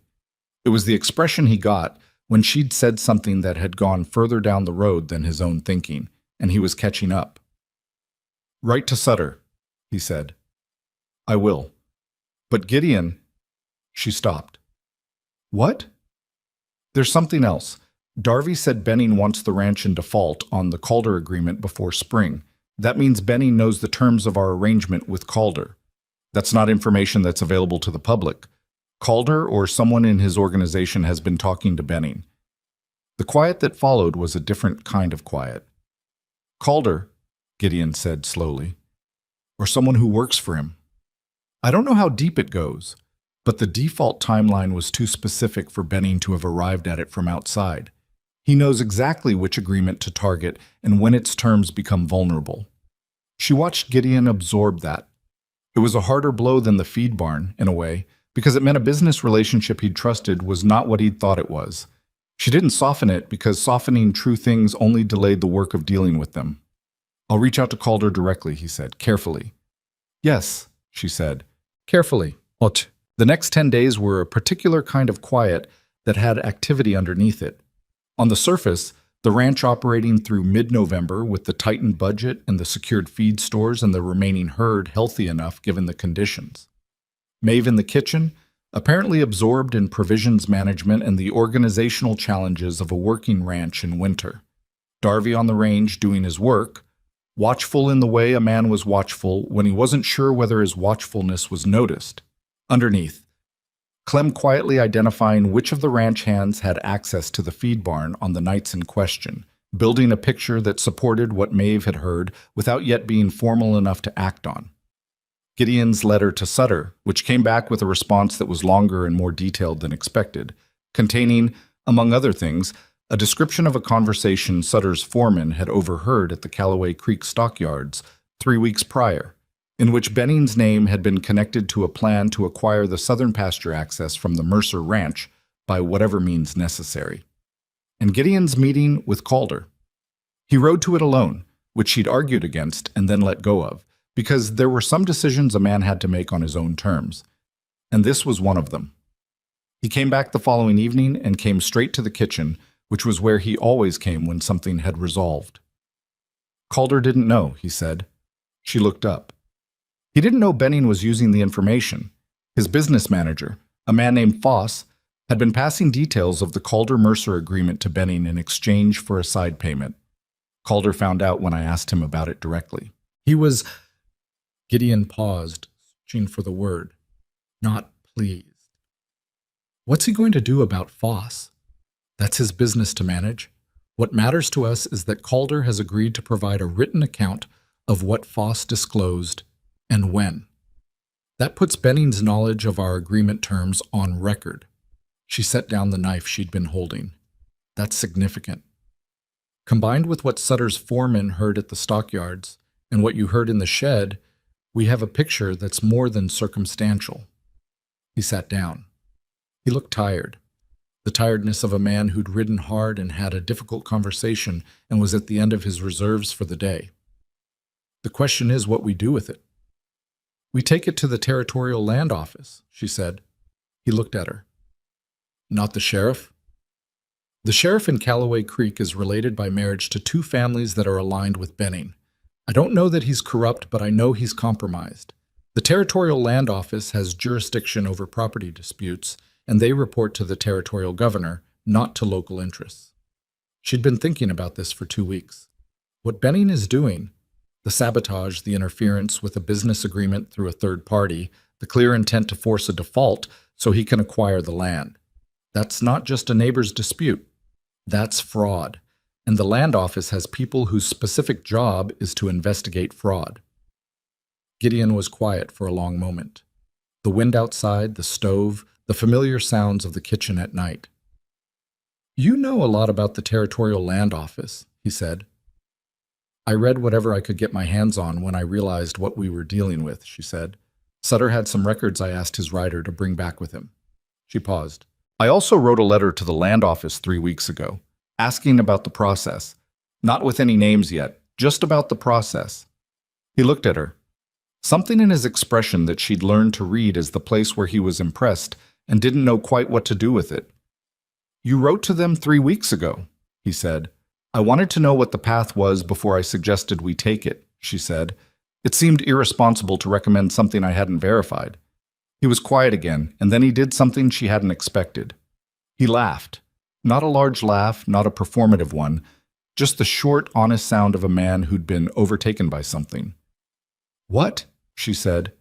Nothing, he said. Everything. He rubbed his face with both hands. You are going to be a formidable thing to be married to. You knew that, she said. I suspected it, he said. It's different when it's directly in front of you. She didn't know how to answer that, so she went back to the cooking.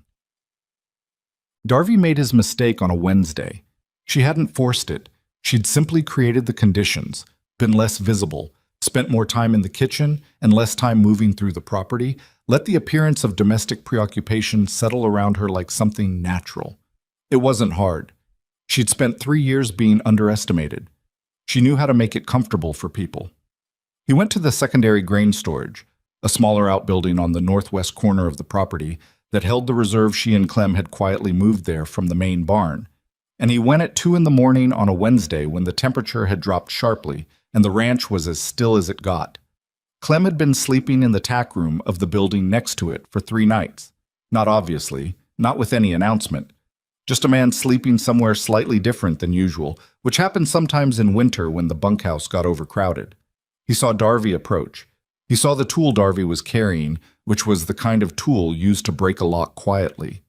And he went and woke Harlan Webb, who was sleeping in the adjacent building, and together they watched Roy Darby open the grain storage and carry 2 sacks of reserve feed to a horse he'd tied at the far fence, a horse that wasn't one of the Mercer Ranch horses. By the time Darby turned back for a 3rd sack, Gideon was standing at the storage door. Darby stopped. Roy, Gideon said. It was just that, his name, and the quiet. Darby looked at him for a long moment, and at Harlan and Clem behind him, and at the 2 sacks already gone from the storage, and at the horse at the fence that wasn't his horse. He put the 3rd sack down. I need you to understand something, Gideon said. His voice was even, not angry, not triumphant, just the voice of a man saying what needed to be said. This isn't something you're walking away from tonight. We have what Calder's man told us. We have what Sutter's foreman heard. We have what you said in the supply shed 2 weeks ago." He let that sit for a moment. "And now we have this." Darby's face in the cold air was a complicated thing. She wasn't there. She'd agreed with Gideon that the confrontation was his to handle, and she'd stayed in the kitchen and waited. But Clem told her about it afterward, in the particular detailed way that Clem relayed things he considered important. He told her that Darby had looked, in that moment, like a man who'd known it was coming and had tried to outrun it and had run out of road. "What do you want from me?" Darby said. "The truth," Gideon said. "All of it. How it started. What Benning paid you. What you were supposed to do next. All of it, tonight, with Harlan as witness." Darby told him. It took about 40 minutes. He sat on the grain storage floor and he told Gideon everything, in the deflated, exhausted way of a man who'd been carrying something too heavy and had finally been given permission to put it down. The full story was larger than Maeve had pieced together. It had started 18 months ago, before the engagement, when Benning had approached Darby at a stockyard event in Callaway Creek and offered him money for information about the ranch's operations. At first it had been just information, schedules, supply relationships, who Mercer was doing business with. Then the engagement had happened and Benning's interest had sharpened and the ass had become more active.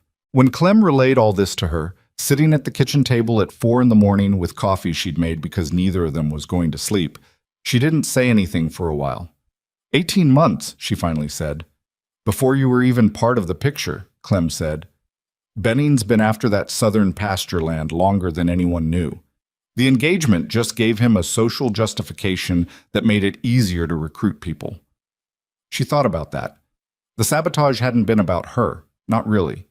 She'd been a convenient symbol, a reason to rally opposition that would have served Benning's existing purpose regardless of who Gideon had chosen or not chosen.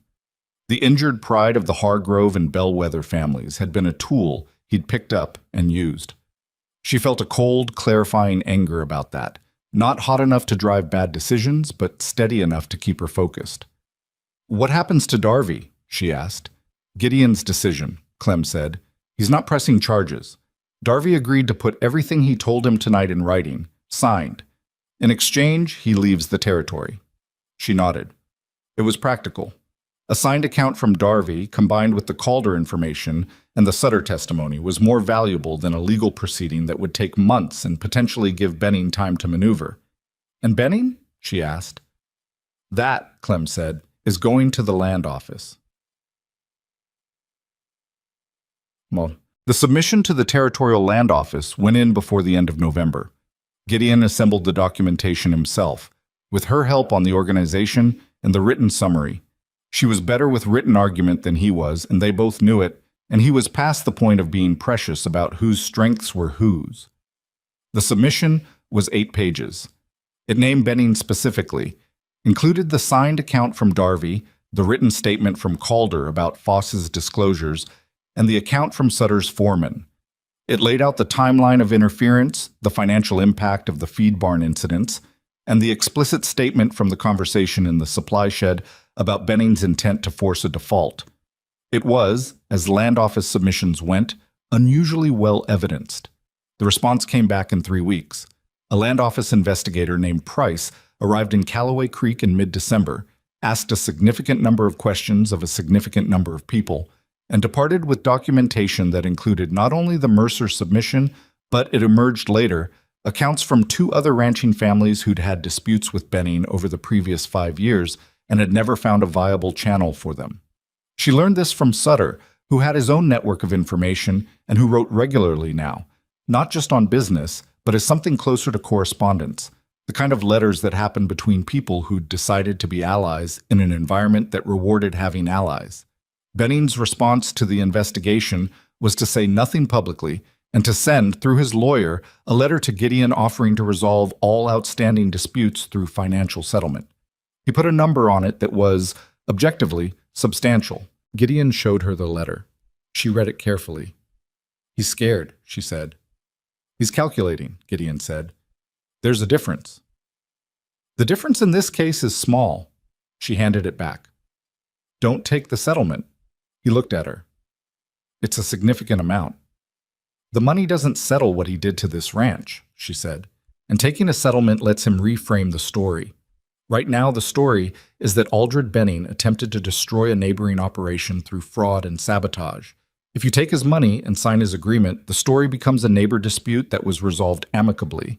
He gets to keep his reputation in the valley, and he keeps his relationships, and in 5 years he tries something similar with someone who doesn't have what we had to document it. She paused. That's what the money is for. It's not compensation. It's reputation management. He was quiet, reading her face. What do you want to do? He asked. Let the land office finish its work, she said. Let the record stand. He sent back a letter declining the settlement. His lawyer composed it, but he'd asked her to look at it before it went, and she'd approved it with one addition. A sentence that stated clearly the Mercer Ranch's position that the matter was before the territorial authority and would remain there until properly resolved. It was a polite sentence. It was also, in its way, a wall. Benning's lawyer didn't respond after that. The valley's opinion shifted the way opinion always shifted, not all at once, and not with any announcement, but through the accumulation of small adjustments. The story of the sabotage moved through Callaway Creek the same way the story of the engagement had, through the trading posts and the feed stores and the back tables of saloons. But this time the content was different, and the social arithmetic it performed was different.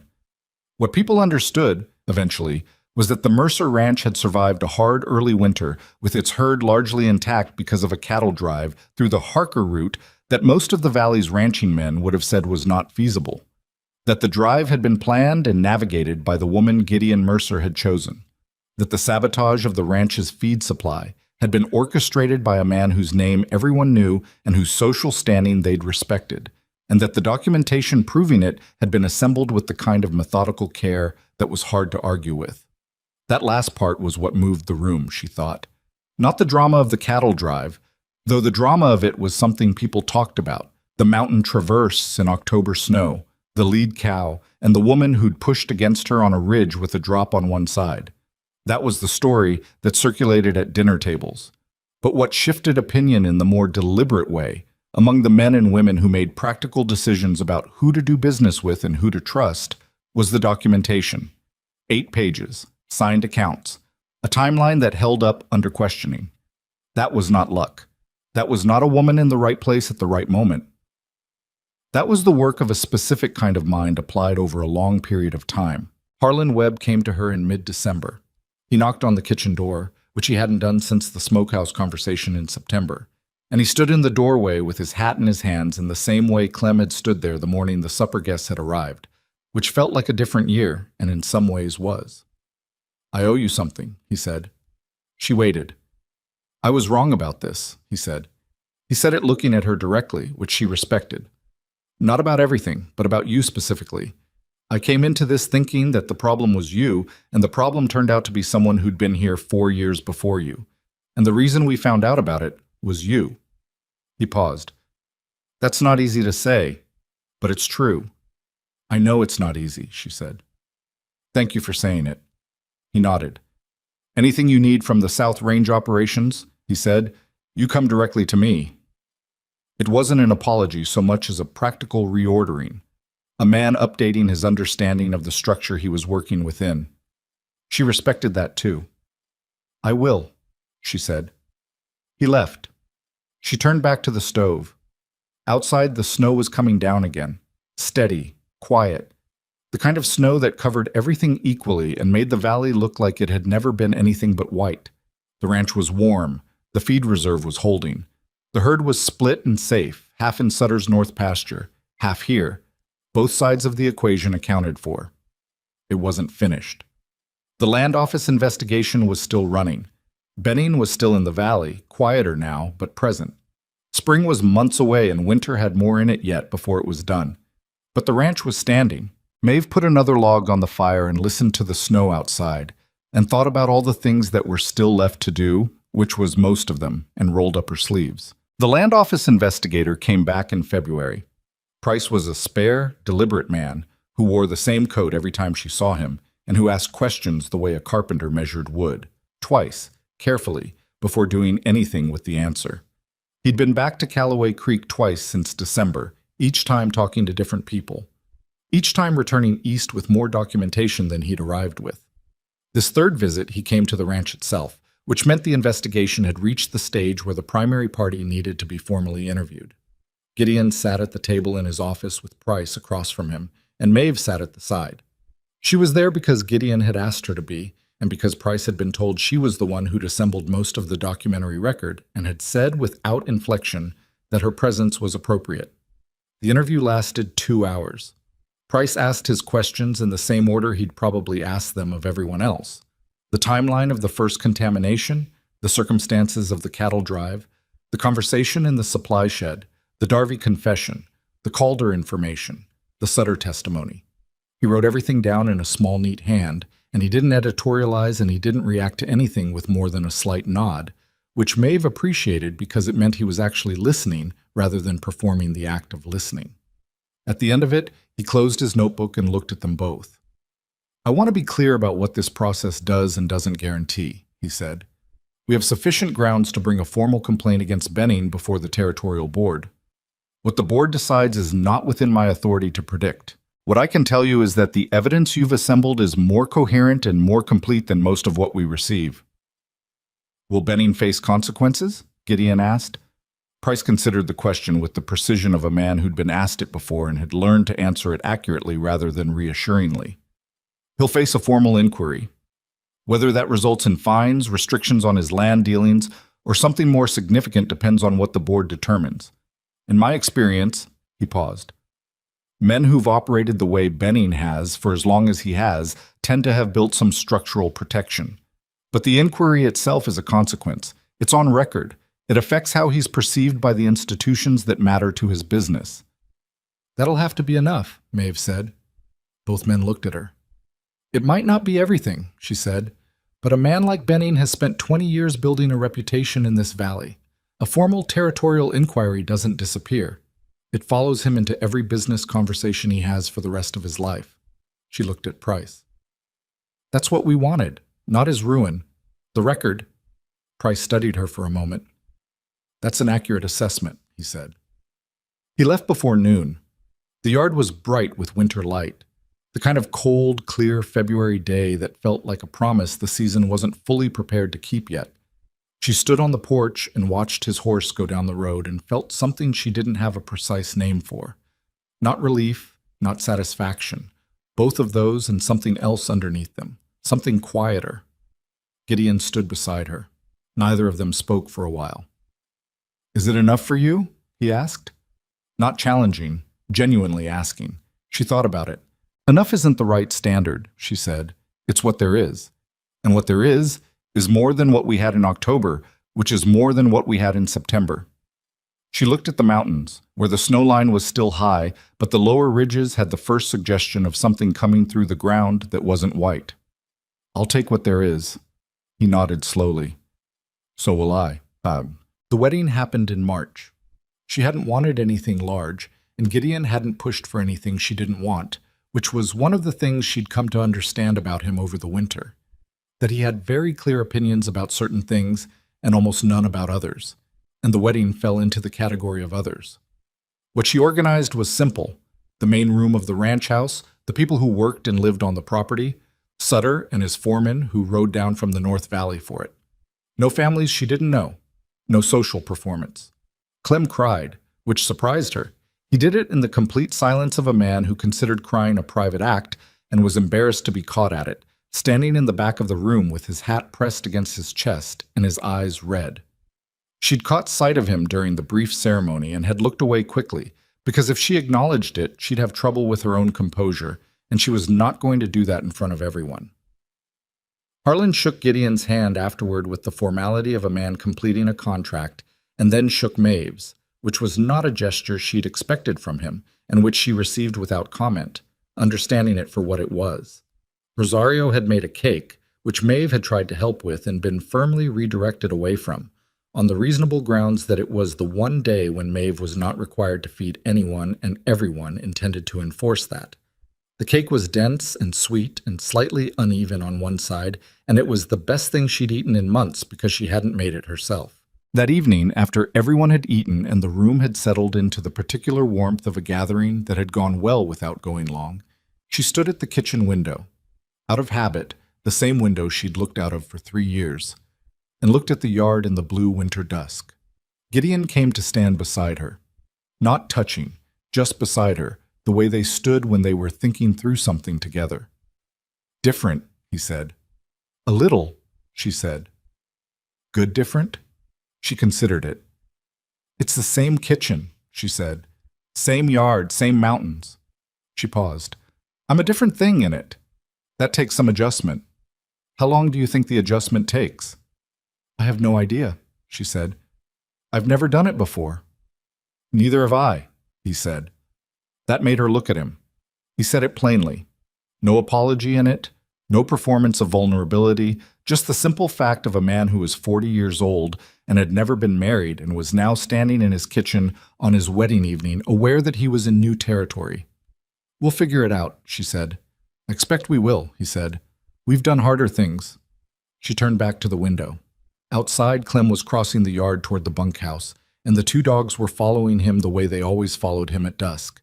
And somewhere on the South Range, the cattle were doing whatever cattle did in early March, when the cold was still serious, but something in the air had changed. Regular life, continuing. "Gideon," she said. "Yes." "I need you to know something." She kept looking at the yard. "I didn't say yes because of what you offered me. The position, the house, any of that." "I know that," he said. "I want to make sure you know it." "Maeve," his voice was quiet, "I know it because I've watched you for a year and a half. You don't do things for position. You do things because they're the work that's in front of you and the work needs doing." He paused. "That's half of why I asked." She was quiet. "What's the other half?" she asked. "You already know the other half," he said. She did. She let it sit there between them, named without being named, which was the right way for some things. No. Spring came the way it always did, not all at once, but in arguments. A warm week, then a freeze, then mud that made the yard impassable, then 3 days of sun that dried it out, then rain. By April, the lower pastures were greening, and by May, the cattle Sutter had wintered were coming back down the Harker route, this time in reverse direction, in easier weather, led by Aldous and 2 of Sutter's men who knew the path now as well as anyone. Watching the herd come down into the home pasture on a May afternoon was a different thing than she'd expected. She stood at the pasture fence with Gideon and Clem and Harlan and watched the cattle move through the gate, and she thought about October. The snow, the ridge traverse, the led cow, the weight of cold air on a mountain trail, and felt the distance between that moment and this one, which was the same distance as everything the winter had been.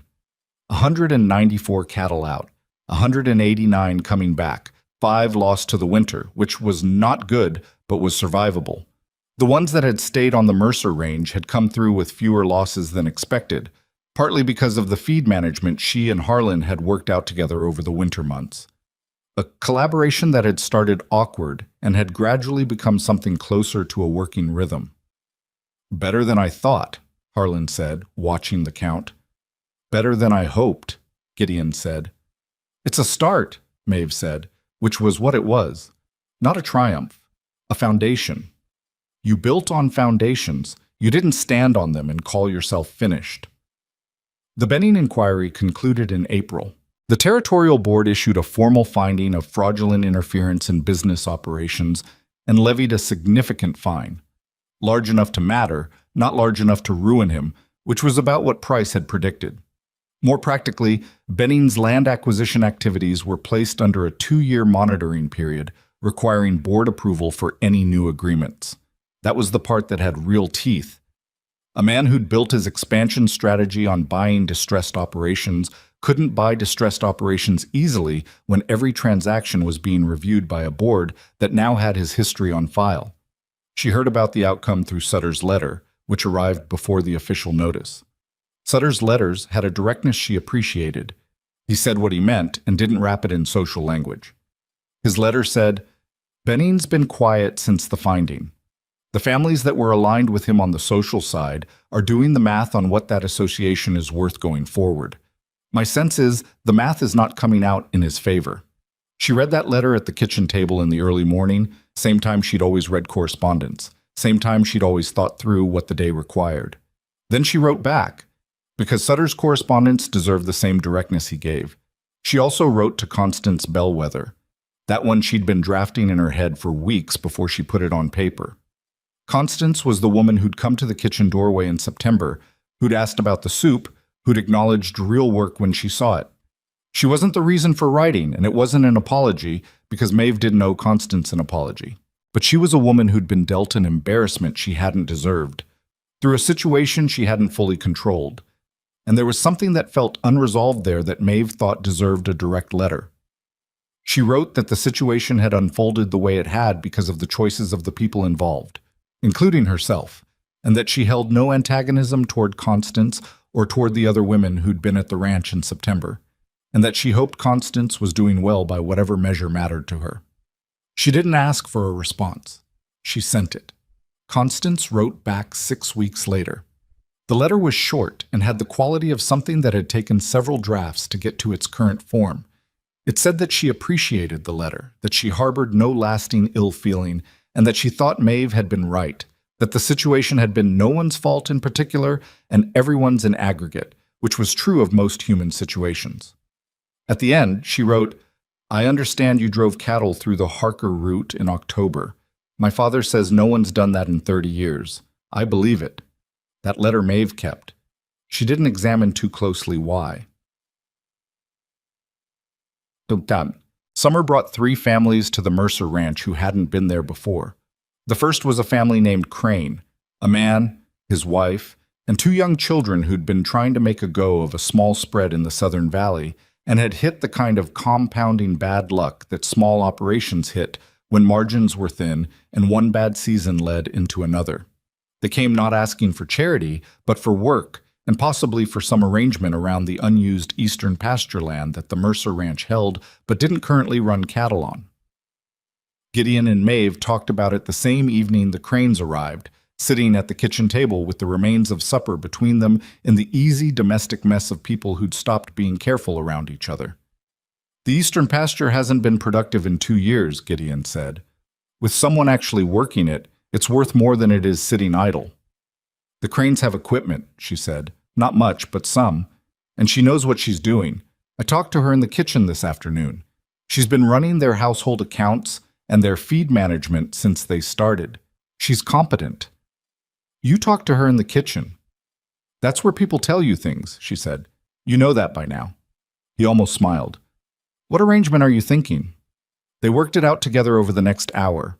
Not quickly, not without disagreement on 2 specific points. Not with any pretense that either of them had the perfect answer. The arrangement they landed on was a working lease on the eastern pasture for a share of the annual yield, with first option to purchase at the end of 5 years if both parties agreed. It was not a charity arrangement. It was a business agreement that happened to be structured so that a struggling family had a viable path forward and the Mercer Ranch got productive use out of land that had been sitting. The second and third families came in August, both with similar circumstances and similar arrangements. None of the agreements were identical because the situations weren't identical, and Maeve had enough respect for the specifics of things to know that identical arrangements imposed on different circumstances usually served neither party well. By the end of summer, the eastern pasture had cattle on it and a small house going up at its edge. The Cranes' children played in the yard on warm evenings.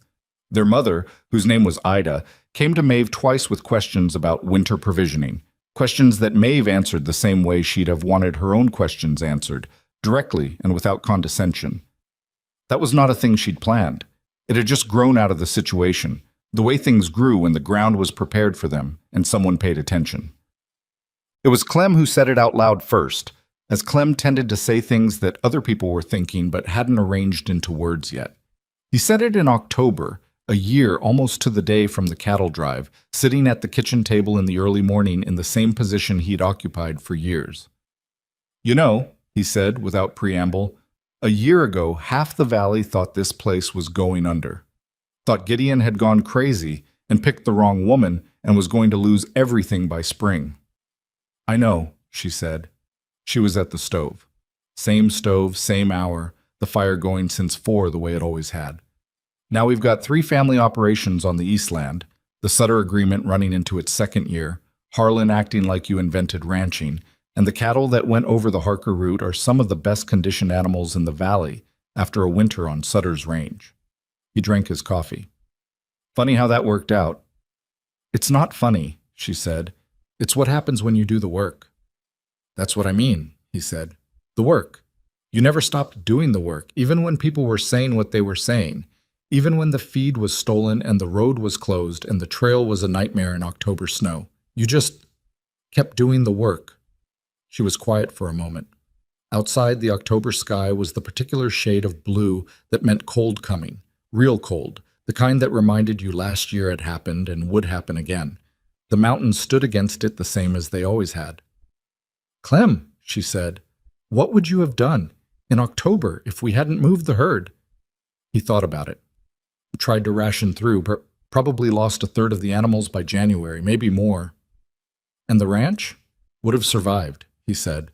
Barely. Set back 2-3 years. Gideon would have managed. He paused. It would have been very different. Yes, she said. It would. She thought about what different meant. It meant the Crane family on the southern valley struggling without the eastern pasture arrangement, because a struggling Mercer ranch wouldn't have had the resource to offer it. It meant Sutter's 2nd-year agreement possibly not existing. It meant winter as an event that happened to you rather than a problem you'd done the work to anticipate.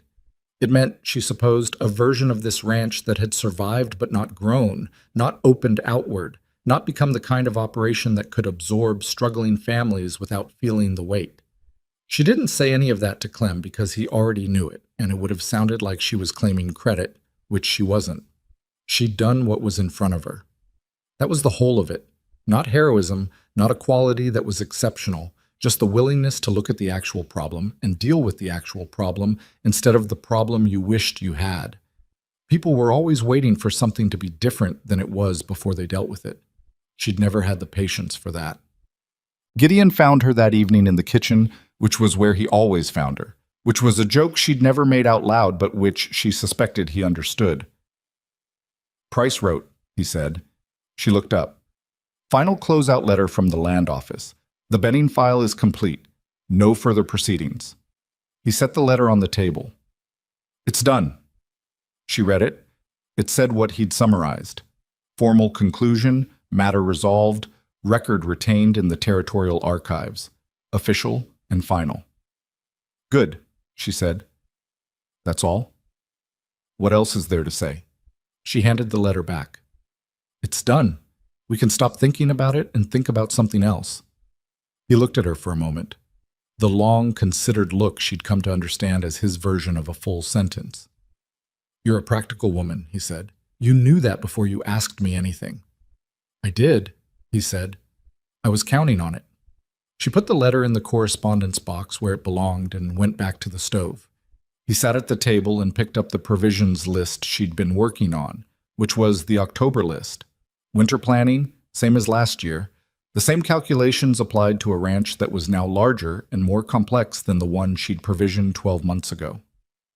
The eastern pasture families need to be factored in, he said, reading it. Their winter feed. We should coordinate with Ida Crane on what they have and what they'll need. I already talked to Ida, she said. She's coming Thursday. He set the list down. Of course you did. The work doesn't wait, she said. Outside, the wind was picking up from the northwest, the same direction it came from when it meant business, the same cold edge it had carried last October when the snow had arrived 3 weeks early and changed the shape of everything. She heard it and acknowledged it and went back to cooking because there were 40-some people depending on what came out of this kitchen, and the fire she'd started at 4 this morning was going to have to last until 10 tonight. That was the thing nobody talked about when they talked about what had happened at the Mercer Ranch that year. They talked about the cattle drive and the mountain route and the sabotage and the territorial inquiry. They talked about the rancher who'd chosen the cook and been proven right by events. They made a story out of it the way people always made stories out of things. Shaped it, simplified it, gave it clean edges it hadn't had while it was happening. What they didn't talk about was the 4 a.m. fires, the lists, the conversations at breakfast tables where information was gathered because it might be useful later, the medical kit that was properly maintained, the root cellar organized by shelf life, the 42 eggs counted because counting mattered, and waste didn't announce itself until it had already happened.